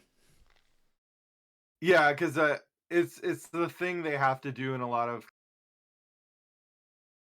they have to provide some kind of generic thing that ties investigators together, because you could pick any investigator, so they'll have to be like, oh, your mutual colleague or whatnot. So they did that with the friend, but yeah, I agree. It kind of makes for a weaker connection. Like, since Armitage is later, it could have just been Armitage's office or something. I don't know, or Sure. like a different university NPC. They could have just said your friend and named them, Yeah. because then yeah, it just explains create that character, yeah. they are your friend. They've already given that story beat of, oh, you are aware of them. And I'm gonna make this dunk hard. Sorry, Nick and Duke, but like that could have been the reward card for the campaign. Is now you've unlocked this ally because he's your friend you rescued, and that would have been the reward. Like collector's cool, and then like there's some interesting deck building stuff to be done there. But yeah, I would have preferred like a named character rather than just the repeated your friend. Yeah, but it's not offensive. It's just that's a little bit of a stylistic taste, I think. Mm-hmm. Do we just only refer to it as Nick's room because he is our friend? And Nick is the NPC. Yeah. And so Nick is the NPC from this point forward. Yes. I'm okay with that. I thus propose it to the group, and when we reconvene, we'll confirm. Second. Yep. The humble abode of Nathaniel French. So I burned down Nick's room. But as far as enemies go, I feel like the hounds are reasonable. So it's like hounds and cultists, right, as opposed to rats and ghouls that we had in the OG. It felt pretty reasonable. I do think it would be very, very interesting, and maybe something we should do at some point, to like really go through like encounter set by encounter set, because there are parallels on that level too. But I do think that they did a decent job of not overwhelming players with crazy to handle enemies out of the gate. That said, the hound is rough. Like if you are not set up to deal with the hound is rough, because he's going to attack you and discard whatever you do have in play, and he's got 4 fucking evade, which why? It's a rough ability. Which why? Yeah. Like why couldn't it be 2 or 3? Like he's dealing the damage in a horror and discarding an asset from play. That's a little overclocked in my opinion, but I had him pop up even in the third scenario. Yeah, third, early enough, and it was Carolyn, and she was like had no tricks, had assets I could not lose, and so it turned Tommy's turn into, how do I tank everything and get on the brink of dying to bust through the door and shoot at this thing once? And so it just... Yes. Oof. I think it's really rough to have one of your introductory enemies also be one of the enemies it's very rough to be caught flat-footed against, in my opinion. And that's why I'm kind of like lamenting the loss of rats, because it's like, okay, rats still will chip away at your health. They'll still teach you that lesson, but it's not like it's going to be like game warping if I draw that as my first encounter card and I wasn't like set up yet. So... yeah. That said, that side I thought was a good mix. Yeah. Again, it does a good job teaching. Mm-hmm. Yeah, I don't think there was anything really offensive in terms of mix there. I will say his antagonist, like a fire cult, is really cool. Like I like this and that gave the opportunity to have this kind of fire set, which is another one that will probably get used pretty often in other scenarios. Because if you recall, Mordhoth was an entity of cold, so we did flip the script on that. Yeah, totally flipped it. Yeah, there was a lot of motifs in the gathering for sure. And we haven't talked yet about another set, which is this core's version of Ancient Evils, which is Cosmic Evils. Oh yeah. Let's their opportunity to introduce the more civilized version of Ancient Evil gives you a choice. I do like it better. Like anytime Ancient Evils comes with a choice, it's automatically better for me, even if the choice is bullshit, and which sometimes it has been. Which sometimes it has been. Let's be clear, it is. Yeah. Direct damage, indirect horror, and surge. And I will point this out forever. This is probably going to be a very common newbie mistake out of the core set. because you are surging and resolving cosmic evils, that peril carries over to the card you draw off surge too. So not only are you're taking your damage and horror, but you're drawing another encounter card that now has peril if it didn't have it before. So it's rough. That's fun. Have you guys had Cosmic Evils surge into Cosmic Evils yet? Oh, of course. Not yet. It must. Okay, I haven't either. Nope. That's why I asked. Oh. And as soon as it does that, you're like, all right, well, I'll just take the Doom next time then. God. Like, I know. I have found myself taking Doom a lot. I'm just like, I don't want to tempt fate here. Yep. Yeah. Schultze, I want a player card that sets fire to things. Okay, that is an interesting thing to talk about too. The fact that fire is a core set set out of the core, which is what core set means. That is a very interesting thing, and it makes me feel like that is probably a thing we're going to see a lot more. We were talking about sets we might see versus not see in future sets. I don't know. Maybe it's just me having played some mansions and seeing how big a like central mechanic fire is to mansions that makes me think that, but they included it in the core, so we're probably going to see it again. And it breaks my brain with the mansions comparison because of how the spreading, right? Like or lack thereof of like it's not like in mansions where it's, oh my god, it's everywhere. What is happening? Well, you wait till we play 4-player. I bet it'll get there. Like when you start seeing 4 encounter cards per round, it'll be like, oh my god, it's all fire. But to Schultze's point, I want a player card that sets fire to things. That would be a cool opportunity that they could still take because the core set has fire in it. You could absolutely have flamethrower. Well, yeah, you could have any number of player cards that that is like, I don't know, it wouldn't be bonded because it doesn't come with it, but it would be tied to search the collection for a fire treachery and add it to this location. I think there is a card like that in Keeper's Nightmare, because I remember Ian set me on fire with a flamethrower once. It happens. That was an Ian special. Yep.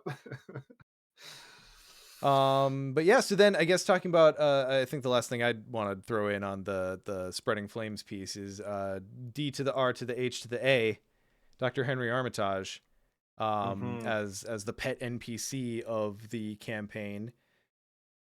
I think it's cool in general because he is a character that the lore goes back to a lot. So it does make sense that he would be the one that's there. I do miss Lita a little bit because she was cracked as an ally. Yes. And the only thing that made her reasonable was the fact that you could only get her from Night of the Zealot, and everything that happened after the point where you get her, people are spreading out anyway, so it's not as crazy that she does what she does universally. If no one remembers, she gives a +1 combat to everyone at your location. And what was she increases the damage. Yeah, increases damage to monsters. Yeah. Really good. But anyway, Armitage is great, and I do think Armitage is a big boon specifically to True Solo. Yay or nay? For sure. Yeah. Helps out a lot. Because he gives you especially in the final scenario. Yes. 100%. The fact that you can avoid attacks of opportunity as your first action, really big in Solo. He gives you 2 stats that you really want. He's got a big pool of health. He costs, like, first of all, the campaign doesn't make you pay for him until the third scenario, which is really nice. But even when you do have to pay for him, his cost is very reasonable. It's not the reasonable 0 that we had with Lita. We get, God bless, we miss her, R.I.P. But he's a reasonable 3-drop, a very reasonable 3-drop. You feel good about that. He's also he's teaching something, because you have the attack of opportunity thing on this card people are going to see. Because I think attack of opportunity is one of the things that is a mix of most misunderstood and most missed in Arkham. And so, well, even if you're getting the rules right. Yeah, right there front and center for new people. Yeah. And to help them with it. So as they're figuring out, then not penalizing them. I thought that was a great decision. Yeah, and even if you're getting the rules right on attacks of opportunity, teaching you that, okay, sometimes just showing you that, okay, sometimes getting the thing out and then doing the thing even though you're engaged with an enemy is the thing you need to do.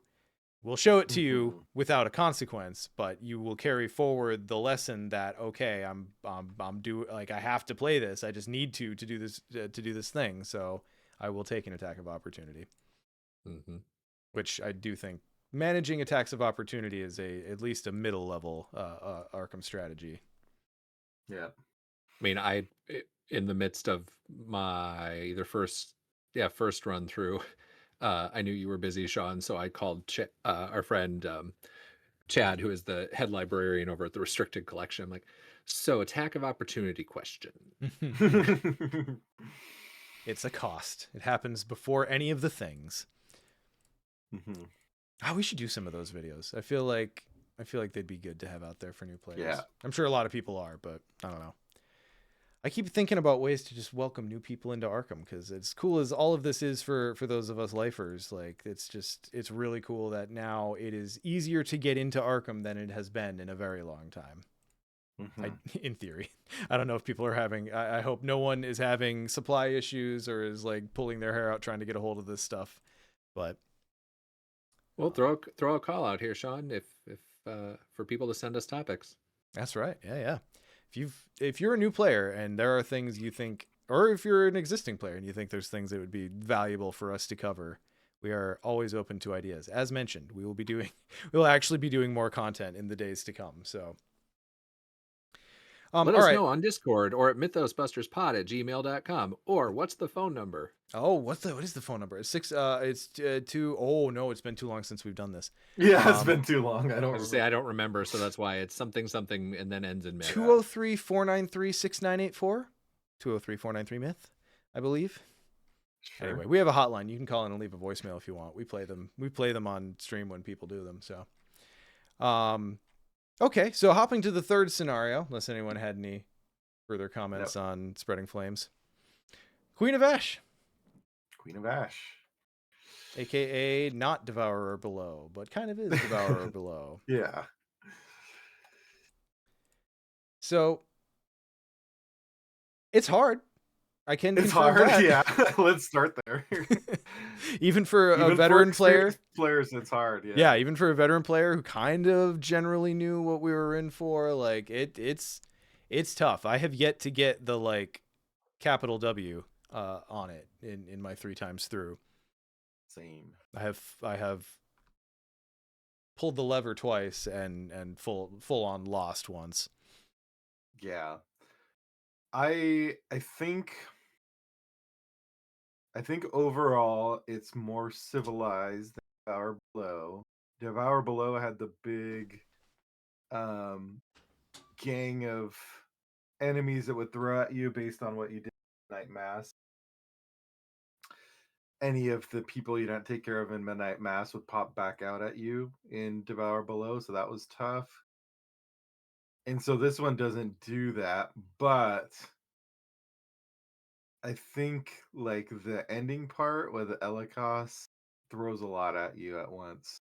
And I don't know if you experienced that too, Justin, but like, because there's the boss itself, there's the Servant of Flame if you didn't take care of the servant, which my Joe Diamond didn't because I couldn't. There's also fire on the final. So like if you go in there at the wrong time, you can, which happened in my first campaign, you can get hit with so much damage and all at once, and you could just get knocked out like right there. Yeah, that's what I ran into. I mean, my first one through was going poorly, and then I got for oh my god, for both Trish and Tommy, I got no draw, like none of my kit for either of them right away.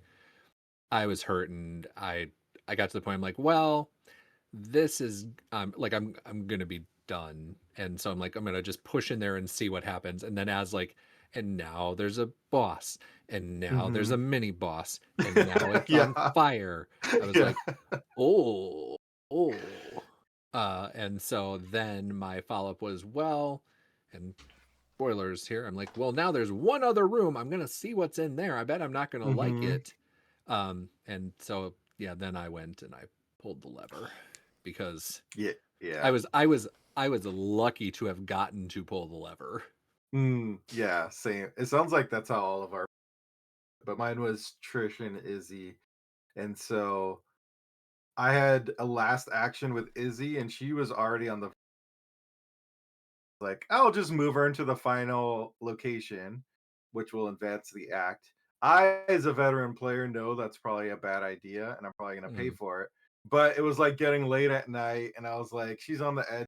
Who cares? She's probably going to die. Sure enough, Elikos is revealed, and with the 3 damage and 3 horror. And I'm like, oh, maybe like in the initial actual damage and no. So Izzy just got, between that and fire, just got killed instantly. That turn, walked in, got killed instantly. Trish was at a different location, thankfully, and so was able to just like run by everyone to the sluice room, just do the sacrifice because that was the only option at that point. Yeah, it does throw a lot. I think the only time I had anyone with like higher agility was that first one, and it was just not going to work. So fire was a problem anyway. I love what they've done with fire. I actually have a mechanical question about it for this scenario when we get to it. But once the plus side of that first run that ended with the lever pull was then I was able on my next one to on a like it was a final turn because we were ending in a room that was on fire and with Elikos. So we were done if the test didn't hit. Literal last token pull worked, so I was able to do the R2 version. But it was that tight. Which, okay, I'm gonna spin off on something about this later on, but the comparing that to the Night of the Zealot win question mark option, where you just chuck the NPC at the god because that's what the god wants and run away. I think narratively it's a lot cooler to just be like, we are under it, we need to kill this thing, self-sacrifice, go. Like it's a really cool like cinematic moment, and it's kind of more how you would expect a horror movie might end. So I did enjoy it for that. Yeah. Yeah, I agree. It's definitely more narratively satisfying. The first one was very funny from perspective. Ida Chandler like taking that, but it also feels very much, oh, I'm obviously not supposed to do that. That's like the like kind of villainous thing to do. Yeah. Whereas this is more the heroic. You clicked a sacrifice. renegade prompt. Yeah, exactly. You just kicked her at the boss. This one was more like it felt more of a heroic moment of like, okay, Izzy's dead. Trish is gonna go sacrifice herself too to like save everything. So yeah. And it feels like you have to do a little more. I mean, it's just one test, but it feels a little more like you have to do something than just like toss an NPC at the. And it feels on theme, and like I hesitate to feed into this conversation too much because it leads to like gaming nihilism at its end, but it does feel on theme that like your first brush with a big bad old one, you try to tangle for a second, you're like, oh my god, this is way too much for me, what can I do? And then like the only option presented to you is that one, and you know, leads you to that conclusion. So cool ending. I do think it's a cool ending, whatever else you might say about it.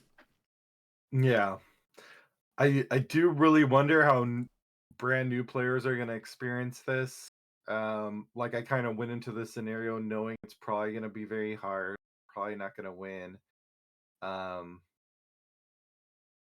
I mean, I guess it's similar to how we experienced Devour Blow. And just like it's gonna take you a while to get a win, probably. Yeah, and it like you really got to game it, and like, and that's fine because that's kind of what you want if you're expecting that this is a new player purchase and possibly an only player purchase, like the only thing they might own. you want it to have some legs. Like it's totally fine for me that the third scenario is kind of ball busty in as long as it's in fun ways, which I guess is a little bit subjective. So to that end, I want to point out that I am not a huge fan of how fucking important it is to have high agility in this campaign. Because it turns out it's really goddamned important, and I have yet to play a campaign with, Trish did fine, but I'm excited to get farther in my campaign with Andre, because I'm like, oh, okay, well, like I can actually get rid of fire maybe now, because it's just, you always feel so pressed when you're under fire. And like fire always bamps somewhere where something else bad is already happening. So like the idea of like going in and then dealing with the fire while the other thing hits you, like maybe that's the right call, but it sucks. Like, I don't know. You need a lot of fucking agility for this campaign. I don't have a problem with it personally. Shut up, Ian. I do have some other elements that I have salts about, though, if we want to discuss. Go on, please. One is, I'm not sure how much I'm a fan of how much the third scenario hates on your hand in discarding cards. I think it's perfectly valid for the scenarios and encounters to hate on your hand, even if I always don't like it. I'm not sure how I feel about it in this particular scenario when it's already throwing some meant for new players to just be like, that hand of options you have, just throw them up, you're able to thing. Agreed. Maybe it's just my campaigns that I experienced that, but a lot of times I just found myself, oh, cool new card. This is exactly the option I need to discard. Like, oh, you wanted to be able to do things, your hand is gone. Like, yeah, I think that may have been one layer too much on already a difficult scenario. Like, I feel like you kind of want new players to use those options they have and like figure out solutions rather than get rid of those options, because that generally doesn't feel good. Well, and you don't learn anything from it aside from like, all right, well, what's plan B? Maybe I should have passed that test. Yeah, well, yeah, exactly. Yeah. If the answer is, well, why didn't you pass the test? Then you're in trouble. Yeah. But I mean, and it's tough because I totally agree with you. But unfortunately, Arkham is not a purely tactical game. Sometimes, and I say sometimes, I really mean often, you can do everything exactly right, or in the tactically sound way, and then RNG is just gonna punch you in the mouth and see what you do about it. So I guess there is that, but I do fully agree with your point that hand hate specifically, I would have kept out of the starter campaign, because the starter campaign, you want to teach people to explore their options and how to use them. And yes, it never feels good. Even when you recognize it as a valid encounter strategy, when you're like, okay, the fuck do I do now? Like that, because there's no cards in your hand, like specifically, like that doesn't feel good. It feels way worse to have no cards in hand than to have no resources, just because of the way Arkham works. Yeah. And maybe it was another case of like, we want to have hand hate stuff in the core set so you can use. Probably we're going to face it in future scenarios, but again, putting it in the third scenario, which is already maybe too much, and so maybe it would have been included in a different scenario instead. I'd have to look at encounter sets again, but and there's also one particular treachery. Let's see if I can find the name of it. Is it which single-handedly ended my Joe Diamond campaign after going so well and I had a chance to win? Is it one of the scenario specific ones? I think I know which one. I believe so. What is Ashen Rebirth? Freaking thing called? It probably is. Let me see. It's our version of Immordhoth's Wrath. Yep. Ashen Rebirth. Yep. You must either take 2 direct damage or 2 direct horror, whichever you have more of. That's so fucking mean. That's so and it's fucking a mean. Will 4 test. That Brutal. is just a game ender. And yeah, and I don't know about that one as a treachery on it. Well, thank God it's scenario specific and not a core set encounter that we will see in other scenarios. Sure. I mean, I get it. Third scenario swings really hard, but yes, I agree. That one is the one that ended essentially my because I was going to be able to survive the Elikos hit until I took that in the next Mythos, and I was like, oh, okay, now I have 1 turn less than I thought I would. Well, Yeah. Sluis we go. Yeah. But beyond that, I want to call it a very specific thing that's related, but not really related. I think they did a pretty good job with metering the duplicates between the core set and the starter decks. We absolutely fucking missed out on a second copy of Ward of Protection, though. What the fuck? Like, the Mystic got their extra copies of the basic spells, but we did not get an extra copy of Ward of Protection in Marie, and I'm kind of upset about it, honestly. Kind of an important card. Turns out. Yep. But as far as the structure goes, this one feels a lot like Devourer Below. You got the starting location, you got the row of interconnected stuff, and you got essentially the end location. The sewers are interesting. I'll be interested to see what they do with that location set in the future, because now we can. This most recent time I was playing through with Miguel and Marie, and Miguel, I don't know if either of you looked at or played Miguel yet? I have not. Not yet. Okay, well, they finally did the trap investigator. That's his thing. So I was trying to be cute and play traps, and the way the location connections work just really messed with me, because like some of them are one way, so you have to go back to the culvert, and some of them you can go through. So like you really got to learn your location connections and well, probably not learn, just pay attention to would be a good start.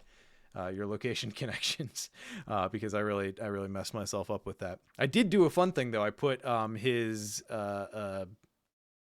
I think it's just called Hunter's Cache or something like that on the bootlegger's cache location. So I'd like had both my characters go in there and then get like 2 resources and 2 cards everywhere. during upkeep. Yeah, it was really fun. It's like one of the Mario Brothers rooms with all the coins. And Yeah. Rooms. Just keep hitting the block. I don't know. And I know I'm just kind of a salty bitch, and I wish that everything didn't like try to knock my jaw off that comes off the encounter deck. But I do really love to see those occasional locations where it's like, oh, cool. Something cool that helps, that I can interact with. Like, not everything's evil and gross, and when I stop here, I'm going to wish I hadn't. Because the game obviously has a place for all those things, but I do really love to see the occasional like, ooh, cool place. Yeah, it was definitely a nice surprise, because everything else in the killed me, so it's nice to have a little break room. Yeah, I mean, as far as tempo with that one goes, it's really interesting, because I feel like you're gonna have to pick your poison. You do have to pick your poison, because all the locations that connect to the end location have a shitty thing you do either when you enter or when you end your turn there. So, I think for most people, you're not going to want to end your turn at Elikos's location when you first start messing with Elikos. You're going to want to move in from the middle row, do some shit, and then evaluate or come back or escape or move to Sluis control or whatever it happens to be. But I was going somewhere with this, surely. I don't know where you were going with it, but I know that was on my list of like things I wasn't as much of a fan of for figuring out, because in theory there's the sluice gate after it, but for many people they're probably going to think, oh, I have to pop back, and that's just going to like, it does hem you in, is I think ultimately what I was going for, is that you have to like pick your poison going in and then either just sit and deal with it or pop back to another bad place. Everyone might have to split up, because it's like one person, well, I can't lose cards from my hand, and another person's like, well, if I take horror, I'm fucked. Like, it's an interesting little map. I think it does a lot with few locations relatively. I mean, realistically, to win, you're gonna have to be doing a lot of dodging back and forth. Like, there's very few that can tank, because Elikos hits for so much. 3 damage and 3 horror if you stay there, and with 5 evade, it's not like you can reliably evade lock. To my point. And even if you can, that only matters on her first side. Once she flips, then an evade is only good for you. So it doesn't feel like there's a lot of options for camping out there and doing what do. You're just gonna have to bounce. At least with what we have now in terms of cards, you're just gonna have to bounce out and in a lot. And I do And I think one feel of the like a going lot. strategies is going to have to be to clear all of the middle row of clues, because they are, some of them suck to, some of those middle row locations suck to deal with, but they are easier to get clues from than the one Elikos is camped on, because you have infinite clues there, Yeah. but you're dealing with Elikos, you're dealing with a higher shroud, in addition to whatever Mythos tosses at you. So Yeah, I think you're gonna have to go in with that collection of clues. To also help with like clearing fire too. Spend clues to get rid of fire potentially if you can't do the test. I think a lot will depend too on if you were able to get rid of the Servant of Flame in the prior scenario. That's what kind of undid my Joe Diamond. Even though I did so well because the very last card was the Servant of Flame in the previous scenario, I wasn't able to take care of it, and so having to deal with both at once was too much in this one, especially true solo. And on top of that, there are 2 additional mini boss enemies in the encounter deck by That's itself. true. Yeah. So even if you ice the Servant of Flame, like, you still have some tough boys coming at you. Yeah. That was in the one I mentioned that was getting down to the last pulls. I had there's one of the mini bosses that'll hit for 2 horror, and so I had Carolyn get all of it off Tommy, so he could move and then do a test in there, like knowing he was going like would die in the hit if it didn't work. But it was all like, if I wanted to do everything, I had no weapons by that point because of other stuff, and like, oh my god, why is there a mini boss right now? Yeah. Just another layer of stuff to do. Yeah. Yeah. I mean, I know they test at all player counts, but I do feel like predominantly, and this was true in chapter 1, so it's not like this is a change or anything, but I do think that the game plays nicest at 4 players generally, just because the encounter deck's still the encounter deck either way. There's only so many things that scale for players, and the more people you have to spread those mini bosses around, like, the better off you're going to be. The less likely they will, like, straight up end your campaign by themselves. Yep. I am also curious, Sean, to that point, for when there's more, you're more likely to have at least one person or maybe 2 with higher agility. Because again, we run into this with, was it Hemlock? I forget, there was one where it's basically like, you need agility, like, yeah, the end. Written period. in rock. Specifically written in rock. I mean, a Hemlock in general, but written in rock is what you're thinking of. Yeah, because I mean, it's never going to be equal across all stats. I get that. But especially with fire, and it does, like, I'm somewhere between curious and nervous for how that is used in the future. You need the agility, or you need investigators who move extra or have those tricks if you're going to be bamfing around. And it sure seems like this third scenario was geared toward that. And not that it can't be geared toward that, but that stood out to me for a core set, that it was very clearly like, this one type of investigator are the ones who will do well. And then fire, I'm sure there's a reason for it, but in my mind, you could have like 2 types of stat, like, I don't know, agility or intellect or something. Like, you're smart enough to put out the fire, because you can't be strong, you can't punch the fire out. Cool. Yeah, right. I get it. You can't will it away. It's not an enemy. You want it to be interacted with differently. Except, you can use agility on enemies, can't you? Yeah, but I mean, and maybe there are others, and this is just the one that stood out because it was so featured in the set, or maybe there will be others that come up, but I'm like, oh, so there is a treachery that just says, here, extra agility, go.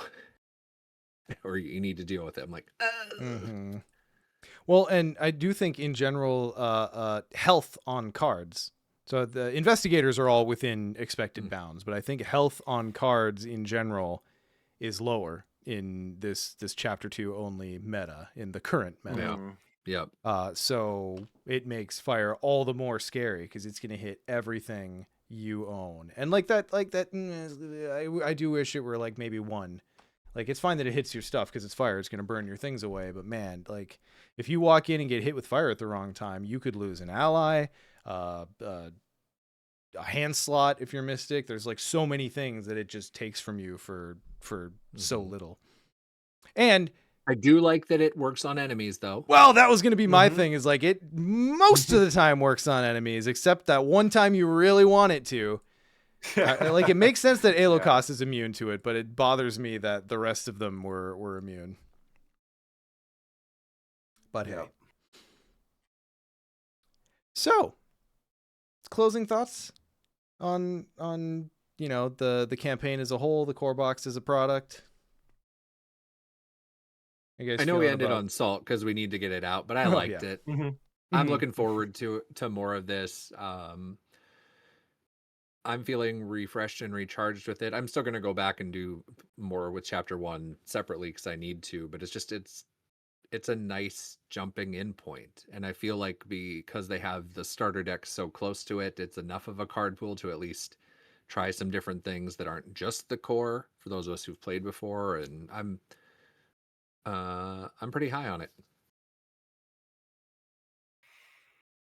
Yeah, I feel the same despite my moment of salt. I think it's overall a good campaign and good product. I think even just on Queen of Ash, I think it's something that over time we'll figure out good strategies of dealing with all those things. And as the card pool improves, like I don't think it's gonna always be like this. I think there's ways to game it. But overall, yeah, I feel excited. I think originally I was thinking when chapter 2 came out, I was gonna be missing the chapter 1 stuff more than I did, which is not to say that I don't. And I'm definitely gonna, like you said, Justin, go back and play a lot of that stuff. And I want to figure out the stuff from chapter 1 that I missed out on playing in terms of player cards. But overall, I feel excited to. I want to immediately start another Brethren campaign, so I think that's a good sign. Yeah. Well, and I think to that point with the chapter 1 and 2 stuff, I was thinking about it because I was. We've all talked about kind of keeping them separate, and I was curious where there'd start to be bleed. And more after I've been thinking about this, having played it twice, I think what I'm going to try first is still keep them very separate and just like pepper in chapter 2 cards back in chapter 1. Because that way I know I'm still playing chapter 2 as they balanced it. So I'm not just like throwing something, I don't know, real janky in there, but I still get to play with some of the new toys in the stuff I've done before. I'd probably set myself a limit for how much I do, but that just seeing what the cards are, that feels pretty good to me. Yeah, I mean, I personally, I'm more reinvigorated right now for Arkham than I have been in a long time, and that there's more factors going on for me there than just the game, but the game is a big part of it, and this new release and the more limited sandbox essentially to play in is kind of giving me life at the moment, because I mean I love chapter 1 obviously, but it is kind of cool to be like, okay, well here are the new options and here are the new things to learn and this is the new balance. And in addition, as a content creator, we're going to want to try to be connected to the new player experience, because now this is what it is, and it's this time it's actually planned for future proofing. So yeah, it's an interesting thing.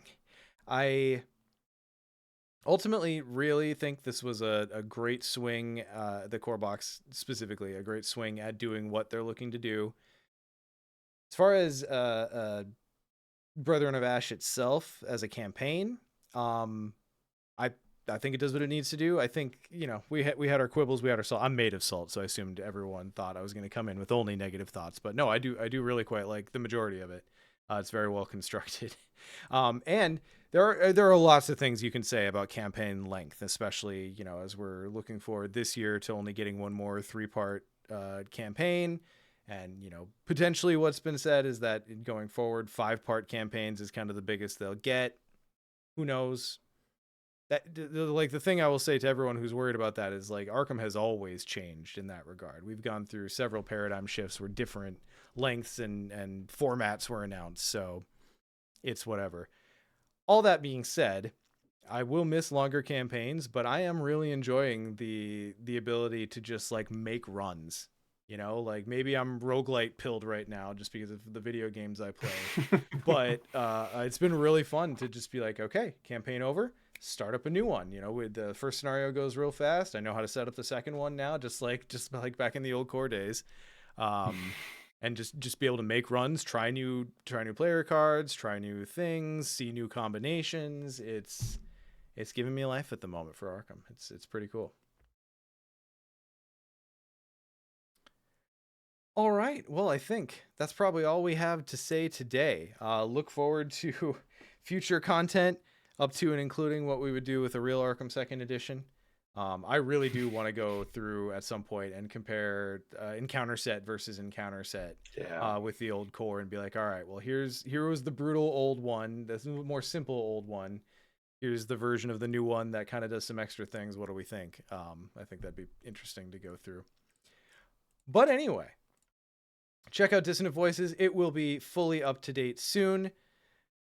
We've got Arkham Con, like Justin said, few tickets left at the time of this recording. Probably by the time this actually goes out as an episode, we might be sold out. So I'm really sorry if we gave anyone false hopes, but probably still worth checking if you were looking to come. Well, thanks everyone for joining us on this auspicious Sunday afternoon, and we will talk to you guys on the next one.